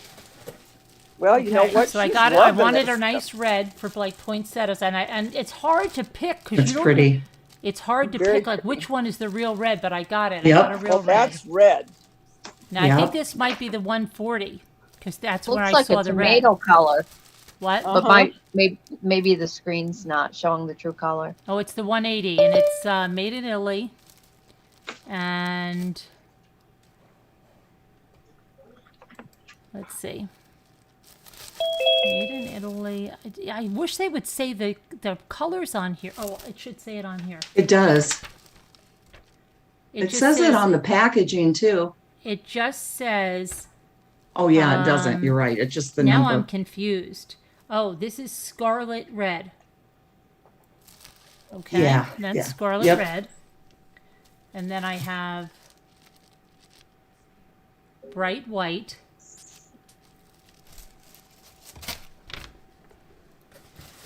And I have black. Mm-hmm. Because I thought the poppies, those thingies and stuff. Did you finish yours, Scooter, from last night? No, I haven't. Not yet. I'm going to start on it right now. What is this? Now, with the tissue paper and that stuff, This is called Carolyn. burgundy. This is called burgundy. Yeah, I guess it is. It's a very, very deep. Does the heat ever make it lose its shape? What? Does heat or light, like if you had it by light, would it lose its shape? The crepe paper? Yeah. Like if you make a flower, would the curves and stuff come out of it? It wouldn't lose its shape. No? Mm-mm. No? Okay. Wow. Scooter, did you see the one they have that is water resistant? So you could, I guess, put stuff outside? Oh, wow. Yeah. Wow. It says freaking water resistant and something else resistant. Oh, no, I didn't see And that. I guess that's what it's maybe? for. What? Stain resistant, maybe? I'll look at it in a minute. It said water. I know it said water resistant. I was like, what? Okay. Wow. Then I got. I guess this is. Let me see. Is this 566? 565. This is mint green. Oh, mint green. I like it. It's pretty. Mint green. And you know what I want to get? You know what I'd like to get for the crepe paper? You know, if you have J hooks, because J hooks is what I use in my photo studio, because I have all my rolled backdrops on the wall on J hooks. That would look neat if you got little J hooks closer together and you had all your crepe papers on there in all different colors. Imagine what that would look like behind you. That'd be pretty. It would be. What do you mean by J hooks? I don't They're know like, what those are. okay, well, you use them, photographers use them to, like, you have backdrops and they're in big rolls like this, but they're bigger and they're wider, right? But they're big paper rolls, a lot of them. So what they do is they put them on the wall, and there's these hooks. They're made, if you look up J hook, and they kind of hook under like that, so you just They cradle like it, kind of. and that. Okay. So can you imagine what your crepe paper would look like if it was all? Oh, that'd be pretty. This is a 180. Now, did I get, now this, see, this is what, these are this looks so similar to that other red, but yet, this is called 589. You almost have to order everyone to find out what it is. I know. What is this? 589. I think they gave me, no, maybe the other one wasn't scarlet red. What was the other one? 618. So the other one was not scarlet red. The other one, this is scarlet red. See, that one over the scarlet red that you thought was scarlet red. Do you know what this one is? This is called... Well, it's red orange.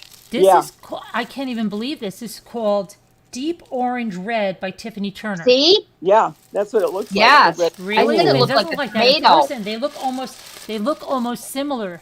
Look at that. Yeah, but you can see the little bit of more of the yellowish in it. Yeah. Yeah, right. Okay, so wait a second. So then I've got, what is this? I just realized these numbers mean something. 208C. This is Iceland Poppies by Tiffany Turner. Let's see. It's like an orange. It's pretty. Yeah. Iceland Poppies. Did I say an orange? I meant tomato. Then, oh gosh, I have another red in here. This is what happens. This is what happened with those pink colors. I kept getting ones that were so similar. I don't know how the people worked there. 117, 1E. Yeah, I bought ones that are kind of similar. This is Daisy Yellow. Hold on. Yeah, I like that. Oh, I like that. Okay.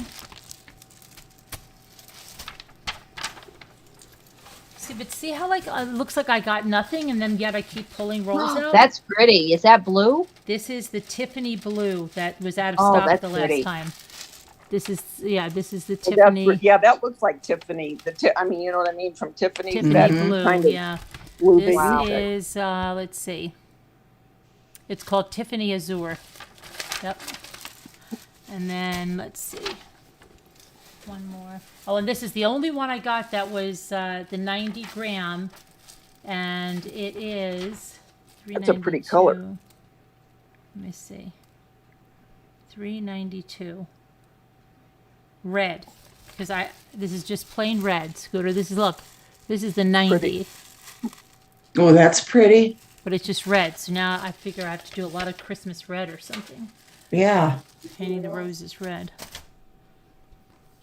Yeah. That's a good color on you, Scooter. That aqua or turquoise. I guess it is turquoise. Oh, thanks.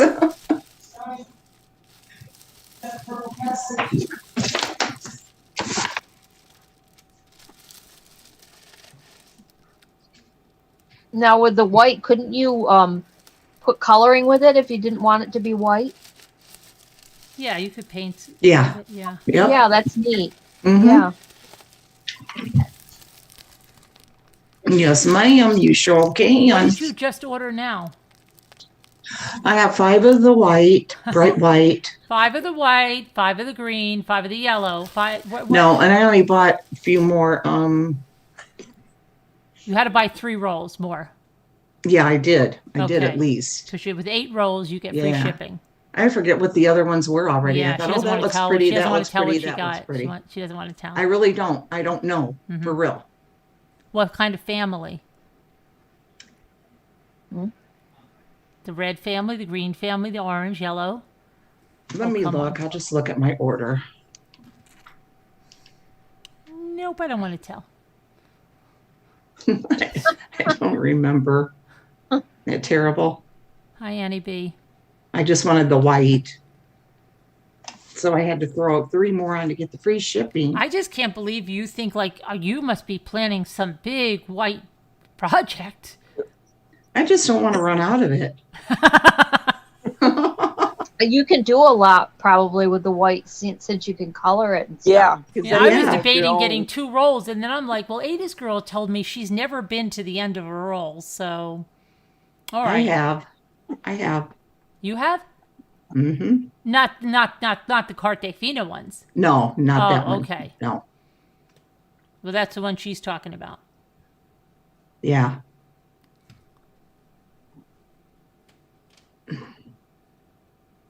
Are you going to make your sunflowers pretty soon, Carolyn? Because pretty soon you're going to be having to go into poinsettias. I have to go into poinsettias, yes.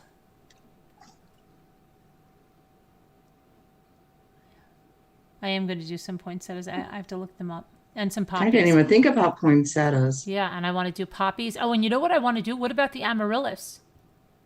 Yep. What the are Christmas those? amaryllis. Oh, okay. Yeah. It's raining like a lunatic outside. Do you look real quick and look when you go to shop and look for that the ones that say they're weather resistant or something. It's crazy. Water resistant and stuff. Oh, that's what it says, to put in moist locations, like if you were putting, like, I don't know, by your shower or something, wherever, I don't know, outside, on a porch, whatever, on a wreath, who knows. I got the 90 gram hyacinth blue purple. Oh, that's pretty. Yeah, and then 180 gram twig, like a brown, 180 sage, which is a greenish. Yeah. Oh, I like sage. And then 140 water resistant. Oh, you say right? She didn't even know when she got it. I didn't even know it was water resistant. Oh my goodness. 5, 6, 7, 8. So I only got 8 rolls. I thought I had a those are the 140, white, and I Davida. didn't get a 140. Wow, that's neat that you got a water resistant. You'll have to see. What color did you get in the 140? Just the bright white. You got the bright white in the 140? Yeah, that's where you told me it was. No, but they also had it in the 180. You said it was out of stock. I thought it was. Well, now you've got. And you water said, resistant. no, check the 140. I Because thought. you said you put your hands in front of your face and said it was out of stock. When I got on there and started scrolling, it just said out of stock. And then I said, oh, wow, I felt bad for you. So I said, check the 140. And then when I got on there, I said, no, it's not out of stock. And you go, I know, Carolyn, I got it. I thought you meant the 140. Oh, well, that's okay. Yeah, it's okay. You know? That's okay. That's It's okay. all right. Yeah. I'm excited. I haven't never had the bright white. So funny how that one's been so hard to get. Well, I Isn't guess it? people can, I don't know why people paint on it or whatever. They need it for certain That's things. Maybe probably for what it weddings. is. Maybe for weddings, they do a lot of white roses and Mhm. stuff. That's probably Probably. the ones that use it for weddings. Yeah. Yeah. Mm-hmm. I betcha. Yep.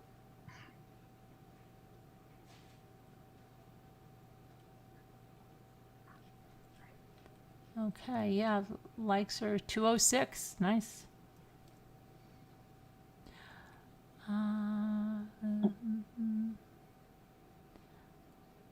Okay, and then what else happened today? To do something. What I have so much to do. I want to do something. Wait, a beaver in overalls? What? What? I don't know. That's what Michael said. A beavers in overalls? That's what they said. That's A what they beaver said. in overalls. Yeah, that's what they said.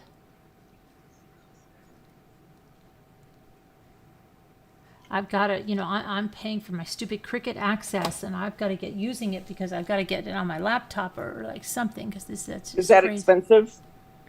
Well, it's like, first of all, they gave you a better rate if you paid for it by the year, which I wanted to do, but then I can never switch it. So they charge me like $10 a month instead of like $8 a month. So I'm pissed off about that. And then now I can't even get it on my laptop. I want to give them a strongly worded letter because Well, I think you there's should. something going on. I think I am going to call them up with a strongly worded letter. Well, then put that on your list Yeah, tomorrow. so you don't forget, or I'll have to remind you again. Very pissed about that. But I'm going to get in the tub soon.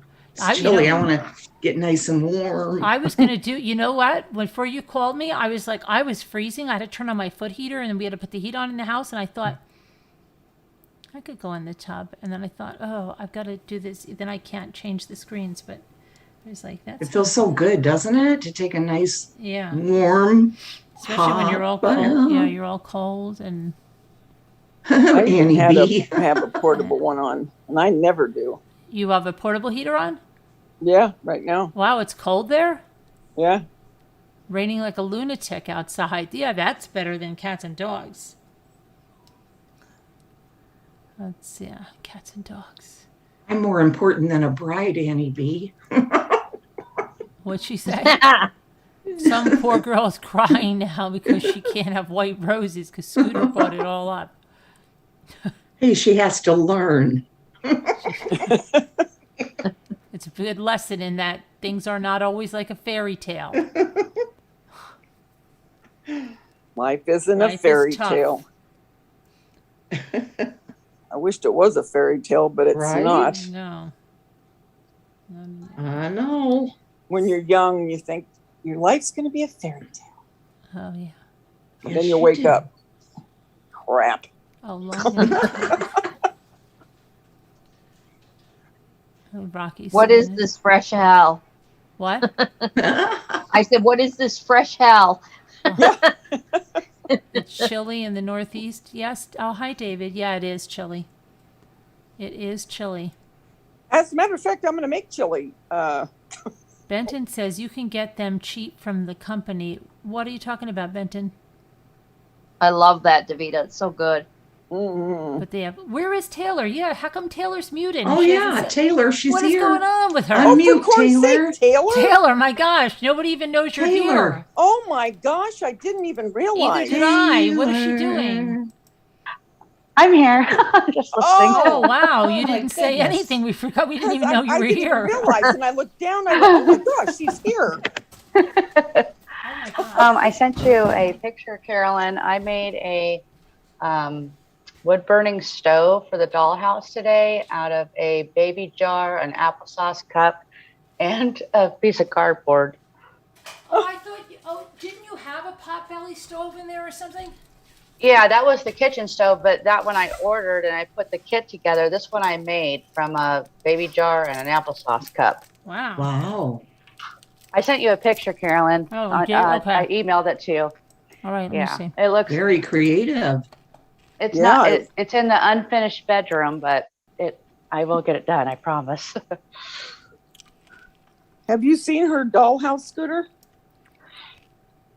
What she's done? It's No, crazy. I don't think I have. Oh When my did gosh. you send me the picture? About 3 seconds ago. Oh, okay, because it's not here yet. Oh, now it You is. got to Okay. see it. You got to see it. Yeah, I would like to.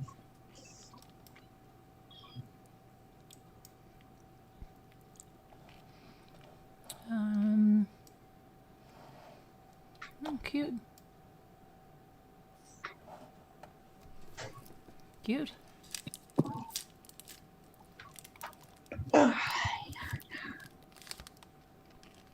We're going to get to 46. Yeah. Yep. And that's cold for you guys, isn't it? Yeah, and then the kicker, Thursday, it's supposed to be 88. Doggone it. It's very, very, very, very windy here, and cold, and we're supposed to get rain, but Oh gosh, the say we're gonna- electricity just clicked off. Oh, You no. did? Uh-oh. If Oh, I go no. away, you're gonna know why. Okay. You know why? I think it's getting windy. Where are you, Taylor? Nevada, Vegas. Unfortunately, we're gonna be moving back up to the Pacific Northwest in hopefully this spring.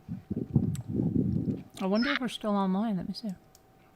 That was a nice stove. Mm-hmm. I want to Oh. see. It hasn't you. come to me yet.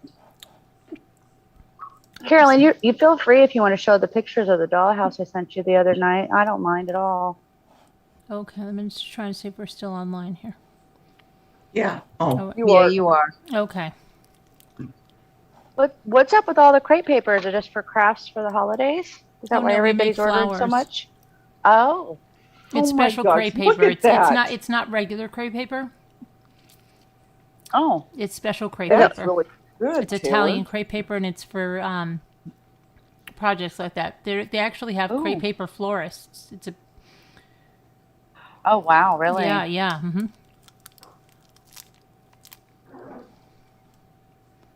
That Yeah, is 80s really girl has made cute. some beautiful stuff with the crepe paper. She made her son's whole wedding.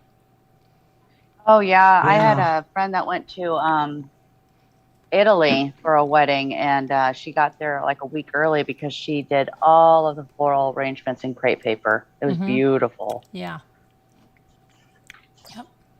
Seems like all of us have this crazy rain and wind right now going. I know. That's why it's so weird.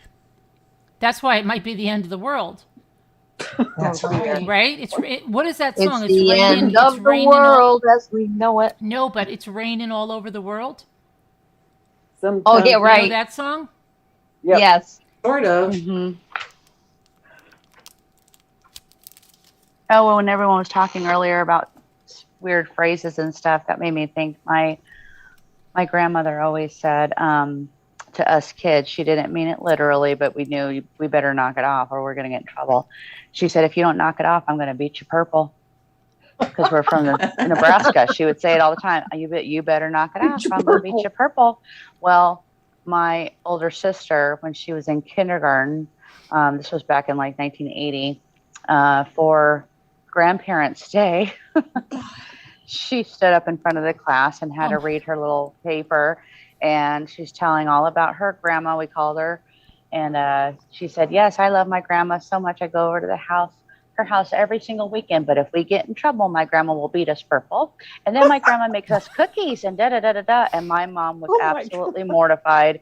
She got called down to the principal's office and questioned and everything. She goes, oh, my Lord, please let me explain. She doesn't mean it literally. She says that to all of us kids. My mom said I was completely mortified. Oh my God. She was just like, yeah, my grandma, if we get in trouble, she's going to beat me purple. And then she makes cookies and... Oh my God. Just a little Midwest thing that my grandma, she had all these little weird... She'd also say something I would love, and she always tell my grandfather, you would piss off the devil. She would say that to my grandpa. Then we knew they were about to get into it real bad when she would say that to him.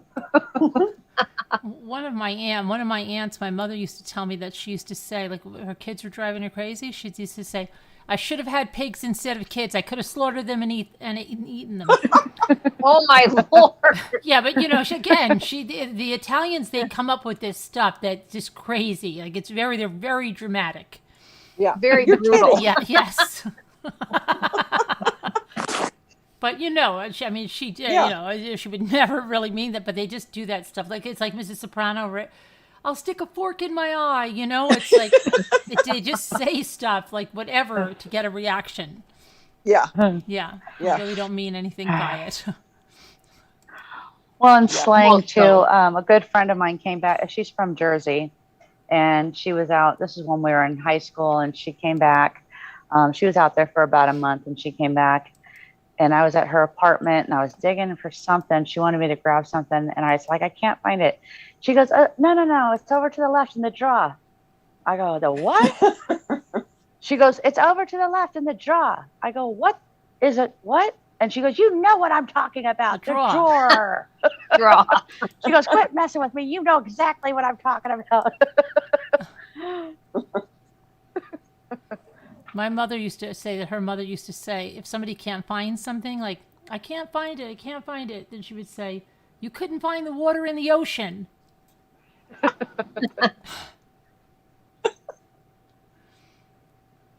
My husband teases me because he always says that I have a little bit of a Midwest accent because I get that from my grandmother and my aunts and stuff. But I combine the two, you are to yar.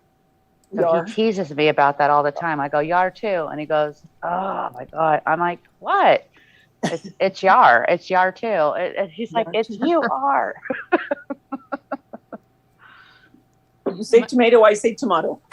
Right. No, and then my mother used to tell me, my mother used to, I guess, be like a little pest when she was little. She was the youngest.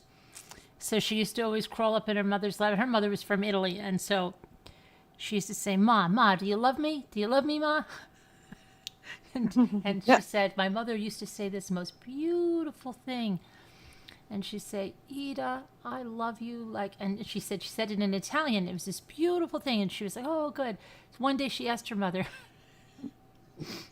what does that mean? And it meant, she used to say, Ida, I love you like a pruno de occhi. It's a thorn in my eye. But she said the way her mother said it, it was so beautiful. It's so pretty, yeah. Right? So she was like, oh, my mother loves me like this. And then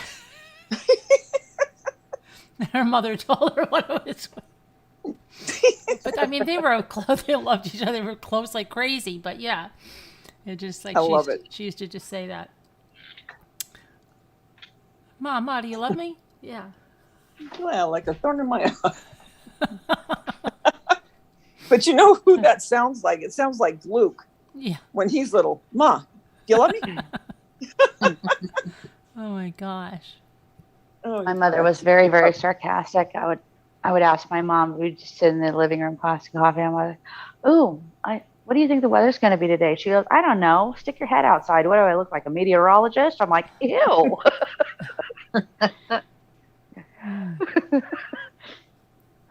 So crazy. Mom didn't have her pill today. You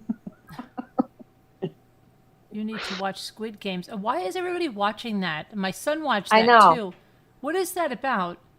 Well, it's pretty graphic. But just a gist of what is it? Well, I don't know. It's about people. I only watched first 3 episodes, but it's about people that have problems like gambling and this and that, and sometimes they get into bad situations. So yeah, it would almost be like, in a way, not really, but in a way, like you go to a shark, and get a loan. Oh, like a loan shark? A loan shark, yeah. But instead of that, what they go through when they do go to this person for that is crazy. That's the only way I can put it. But what they go through is very brutal and very graphic. You mean, wait. You mean like they're going to borrow money or something? Well, yeah, sometimes they think they're gonna get money, but then it's almost like I really don't. I'd have to read you the. Jendo is saying it's awesome and addicting that time, to and watch. it was a flippin' novel. Remember? Look at Dad said you couldn't find your A with both your hands. Oh gosh, I heard my voice. What? She said.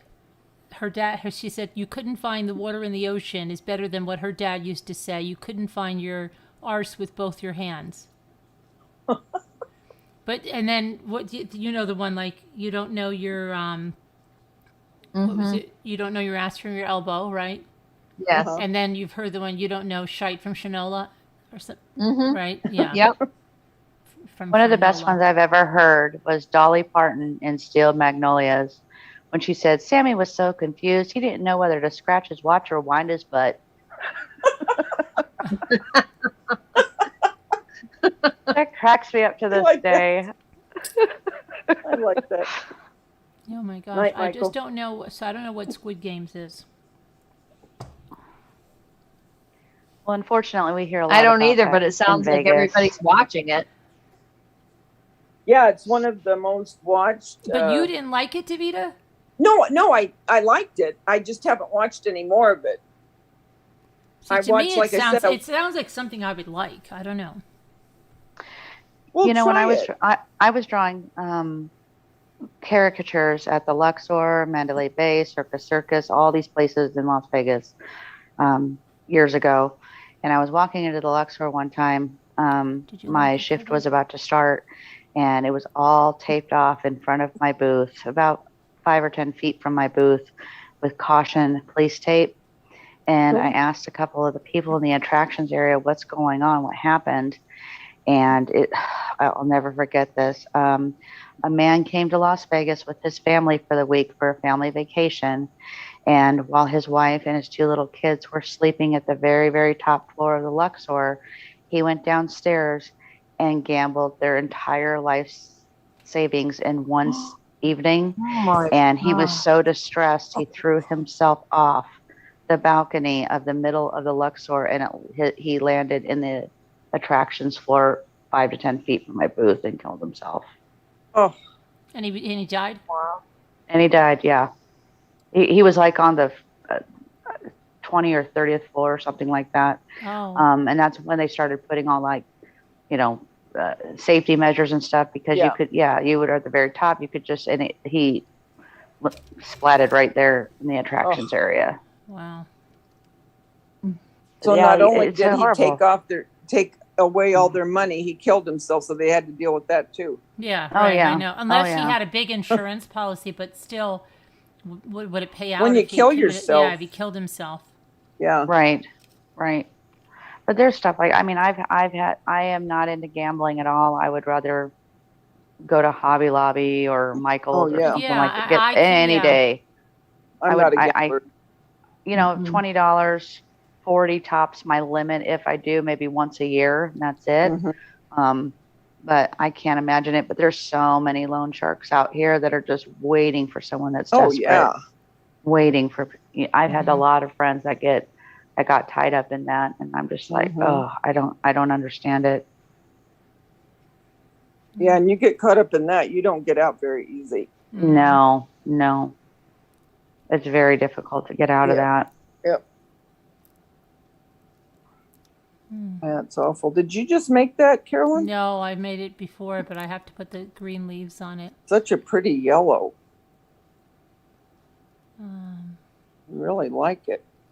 Kevin watched it. Did you like it, Kevin? Yeah, Kevin, can you kind of explain it better than me, Did since you I'm not like on a very it? good Do you roll? think I would like it? Do you think I would like it? Roots, have you seen Squid Games?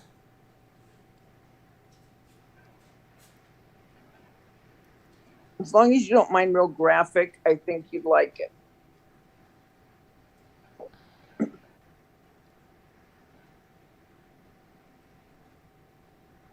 No, we're not doing crafts right now, Roots. You guys remember the show, The Wonder Years? Yeah. I missed that show. They That came was back such a with great reboot show. of it. It's on What Hulu, I show think. is it? The Wonder Years with I was Fred going to say Savage. Roots because I'm looking at Roots' name. That was such a good show. It was. Imagine guys remember playing the show, The childhood Wonder games Years? like red light, green light, but I instead missed that show. That was of such a being great out, if you show. moved on red light, you actually get killed.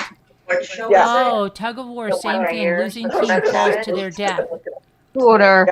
That was such a good. But what do you get? I mean, like, why are you there?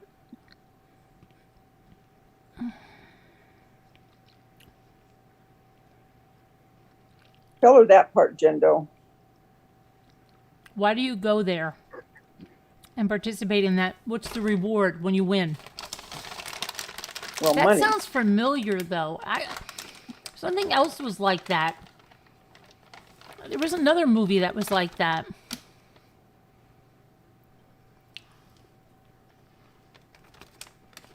Hey, I wonder where Justin is. I wonder if he's okay. Because we haven't heard from him since his ex did what she did. It takes all your debt away, Sassy, if you win. It takes all your debt away if you win. Oh, Jen Doe's coming in to explain. Okay, good.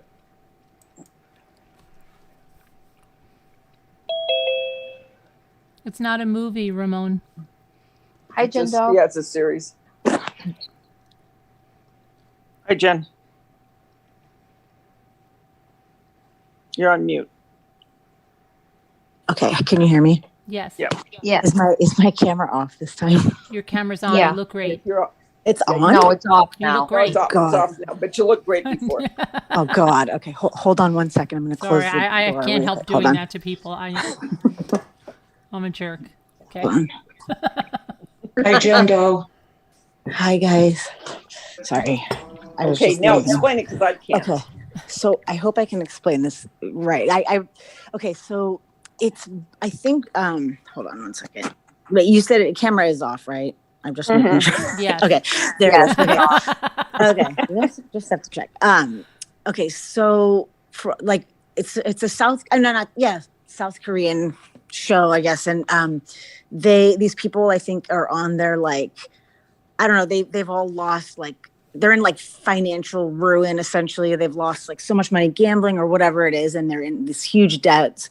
And I'm only on episode 5 actually. I'm still like, watching it, but so far they and I've tried to stay away from any spoilers on it, like, because I'm sure there's tons out there, but so far what I got is they got like invited somehow to this place that they go. It's like I'm like, they get like a card and they're supposed to call, and I'm horrible at explaining these things, but hold on. So they end up like being like what's it called, like taken to this location. They get knocked out with this smoke in this van. It's kind of whatever. They get knocked out. They get taken to this location. They wake up and they're in this giant room with like hundreds of bunk beds basically, and they're all like they're all just like they're like, what the hell are we doing here? And they find out that they're players in this game to win like this, however much it is in Korean, it's like millions, something like that, dollars. Yeah. One person will win all the money. And so it's like, but the catch is, and they don't know this, well, I don't want to say too much, but like the whole thing is like you're playing to the death. Basically it's just like childhood playground games, but like the elimination is just death, which is just, it's just crazy. It's so weird. I don't know why I am like addicted to it.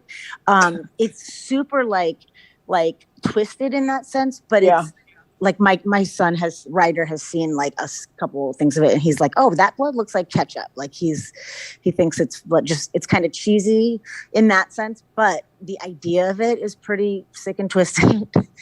But I don't know, like I'm just really like drawn to it. It was weird. Last night I was watching one of the episodes, they start to have to like fend for themselves or try to team up or something with people because it kind of reminded me of like Walking Dead in a way. Like you have to really you don't know who to trust.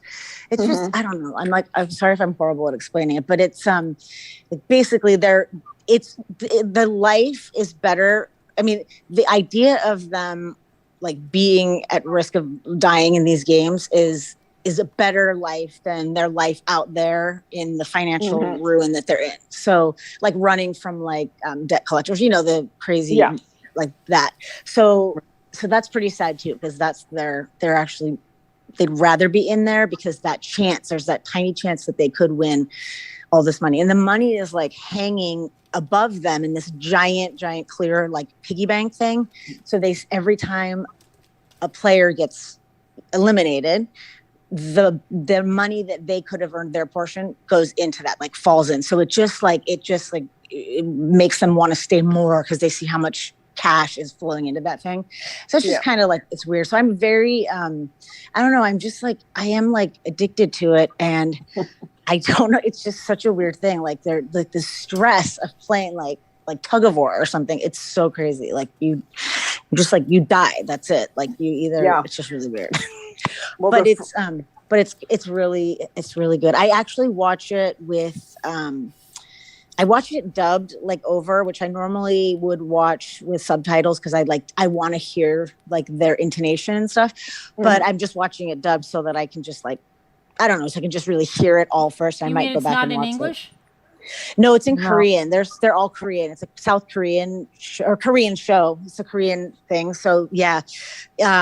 So I just watch it dubbed over, which it's sort of cheesy, of course, because it's just like, I don't know. It's very, but I kind of just like look past that and once you really get into it, you don't pay attention to that part of it. Exactly. But it's like, I kind of wish it's definitely like American, I think, actors like doing the voiceovers, but it would I kind of wish it was like Korean speaking English, but maybe with it, so that they could put the intonation on some of the, because I feel like it's just kind of like silly acting and reading. It's like, but it's good right now. I'm just kind of watching it that way so that I can have it on and kind of do stuff if I have to, but hear everything that's going on.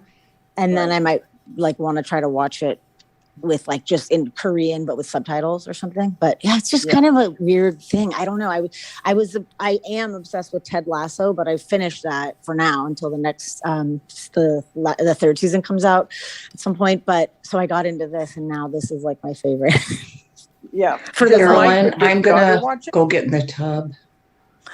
Oh. Yeah, ladies, I'm going to bed myself. I hope you all have a good night. Okay, good night, Scooter. Okay, good night, good night. Tyler. Good night.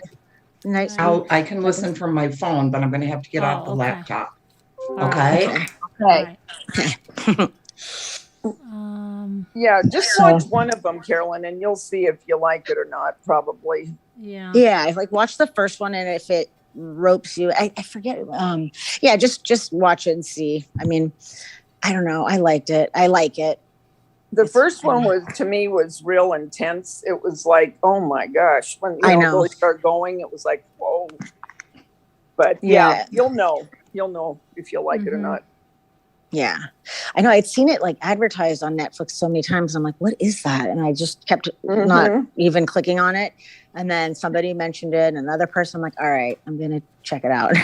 And now on like my kids and I, we play Roblox together, and there's like so many games on Roblox that are like Squid Game related. It's just kind of Yeah, funny. well, So I know heard it. these two kids in the Dollar Tree, young kids going red light, green light. Oh my God, they're and I'm obsessed. thinking like, wait a minute, what are they And in that preschool where they're playing that? And then when you said No, that, they I'm like, are.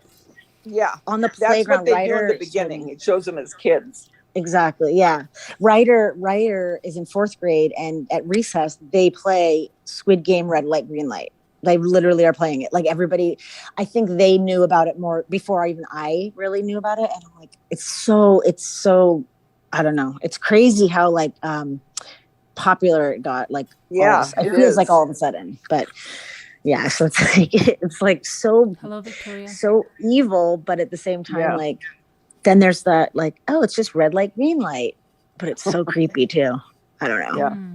But yeah, so I'll have to let you know how the rest of it goes. But yeah, I have, I'm on episode 5. So yeah, wow. I think I've only done 3. yeah, I like the one. Well, I don't like it. It's stressful, but the honeycomb thing, I guess it's called, where they have to cut the shape out. That is so stressful. But like, I want to go make that cookie now for some reason and try it. A cookie?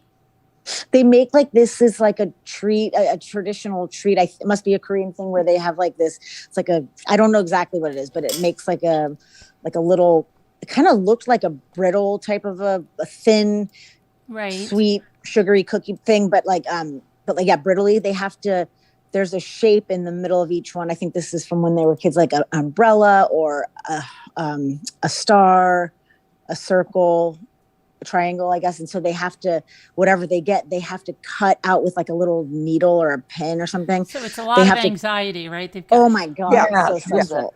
If you crack the cookie, they're like standing above you and you're gone. It's so You're stressful. doing all kinds of Oh games. my gosh. It's all kinds of like games that they put you through, but they get really intense and you die if you don't do it right. And they It's don't wait crazy. around. You're gone. Oh yeah, it's just it's crazy, but I'm kind of hooked on it.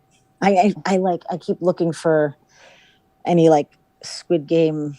They don't have anything yet. Like I was thinking like costume stuff. I've seen it. You have? Yes. I haven't seen anything yet. Yes, I keep seeing got it. costumes. That's what I'm Where? saying. Like What out? is it? Because I'm like, yes, I've seen costumes, Squid Games. What out at stores? I think it was on Amazon, maybe. Yeah, I've seen. And I've looked on Amazon. And they're like, everything is like in stock soon. I'm sure it's just everybody's bought it. Probably. I'm sure it's just like Why hard to do get they it. wear costumes for this stuff? They have there's- uniforms. Yeah, like the players have a uniform, and then the guards are in their own uniform, which is like a pinkish reddish. Yeah, and they have like a whatever that mask. It's like a mesh. It's a black like mesh mask. You can't see their face. You just see like a symbol on it. I don't know. It's like very distinct. Like if you saw somebody in either one of those costumes, immediately you'd be like, okay, Squid Games for sure. So yeah. It's just crazy. It's but yeah, my 5-year-old wanted to wear like the player. She doesn't watch it. They just know it because it's everywhere. It's literally like all over the Roblox and it's just crazy. It's nuts. Yeah. But it really is. Everybody watches it. Mm-hmm. I think you just get invested into it. Like, oh, okay, this guy made it again, or whatever. Yeah. I just sent you something, Carolyn, on it. It's a short little thing. It's an 8-minute listen, so you get kind of a feel for it. Oh, okay. I will check it out. It's crazy with that. Yeah, it's crazy. Yeah. Have you watched it, Lisa? No, I've seen that it's very popular, but I think I tried a few minutes of it, but I didn't really give it a good try, probably. Yeah. You got to at least watch the whole first episode. Yeah, I should, because when something's so popular, you want to find out why. Right. Can you should do like a member, can you do that series? Yeah, I can. If anybody else wants to see it. Yeah. I feel bad. Yeah, because you get to know what happens is you get to know the main characters Exactly. that haven't gone yet, Yeah. And you get to know their life and what's behind everything. And then you're more invested in watching when they're going back there, to do this again. It's like, oh no, type thing. Mm-hmm. Oh, Justice 4, we discussed Alec Baldwin in the beginning.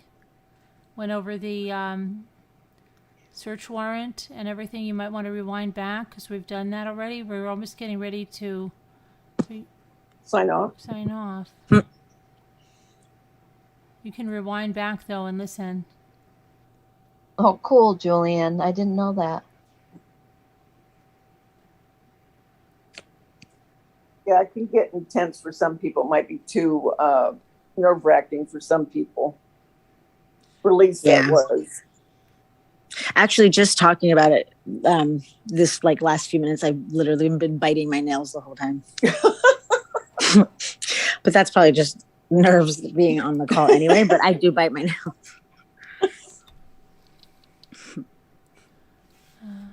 Let's see. Yeah. Sit in your chair and watch an episode of it before you go to bed. Yeah, well, maybe I'll craft. I don't know. I want to do a couple of things. But all right. Well. Wow, it's an early night for us. I know. Yeah, it's only 11:48 for me. Oh wow. If you want to watch, I mean, if you guys want, if you guys members and stuff want to watch a movie, tell me, I might watch something because I might craft here at the counter, just do some stuff by myself and maybe watch something. Yeah, let's turn on something that we can watch. So, okay. What do you want to watch? Whatever you want. I don't care. I got to put the number out. I may fall asleep, but that's all right. Yeah.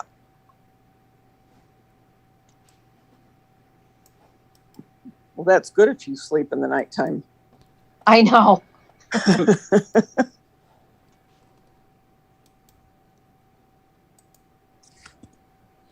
Oh, what am I doing? I'm doing the wrong thing. Gotta go here. Just put on whatever you want to watch, Carolyn. Yeah, right. While you're doing your crafting, because I'll just leave it on and I'll be working on something. Let's see here. Well, actually, Where's I got to Nana get Patty? the video up. Nana Patty isn't here. I don't know. Let's see. Post.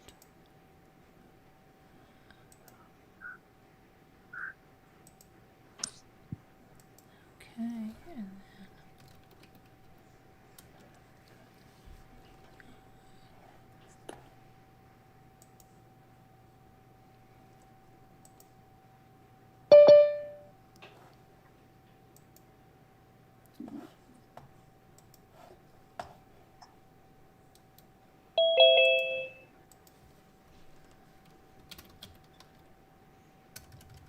Hi, Heart Made Wise. Hi. Hi, Heart. I cut down everybody's name halfway. Even when I'm typing.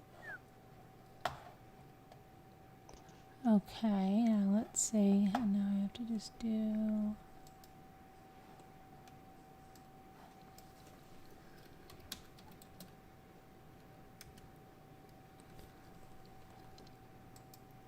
Pamela Patrick Squid Games on Netflix, I think it is.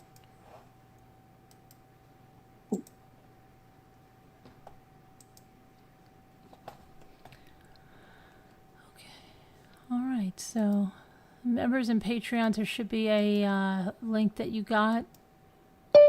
And let's see here. Yep, Rubian. And hi, Rubian. Hi, Rubian. Hi, Rubian. Okay, so all right, everybody, and they're here. Oops. I don't know where. Oh, I have to go over here. I don't know where I am to shut this. Hi, Dina. Hi, Dina. Hello. Hi, everybody. Hi, Dina. Hello. Oh, hi, everybody. I was saying hi, but I didn't realize I was muted. I don't know where my thing is. Hold on, I'm just trying to figure out where my live chat is. I can't find it. Oh, here it is. Yes? No, that's not the live chat. Oh, gosh. I was just there. Oh, my goodness. Good night, everyone in chat. Good night, Yeah, chat. much love Good and night, prayers, everybody. everyone. Love you. Love you. Have a Sleep good night. well. Sweet dreams. I can't find the live chat. Hold on a minute. I can't shut down because I can't find the live chat. Where'd it go? Hi, Tina Hi, Elizabeth. Julian. Hey, hi. Hi, Julianne. Julianne. Hey, Babs didn't make it Hi. in chat. Uh-uh. Huh. Hi, She hates Diane. us. Where's Linda Gelb isn't here? No. All right, let me see now. Where the freak? Is that the live chat? No. All right, just go here. Start this all over again.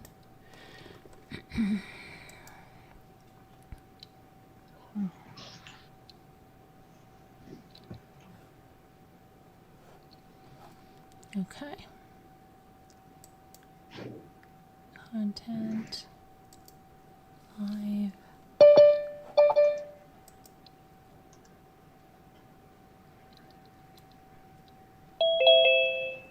Hi, Deborah. Hi, Deborah. Hi, Deborah. Hi, Deborah. Deb. Hi, Beth. Hi, Beth. Hey, Hi, Beth. hi, Beth. Good to see everybody. We're not on Benton. We don't do it on YouTube. We don't do it on YouTube, so we don't have to worry about YouTube. We go off of YouTube for movie night. That's why we're going to sign off. We don't do it on YouTube. No, YouTube wouldn't allow something like that. Not at all. Hi, everybody. Hi.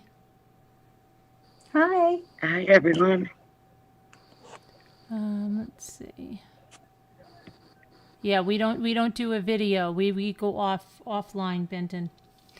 So, all right. So, guys, we will see you. The members or anybody want to come over.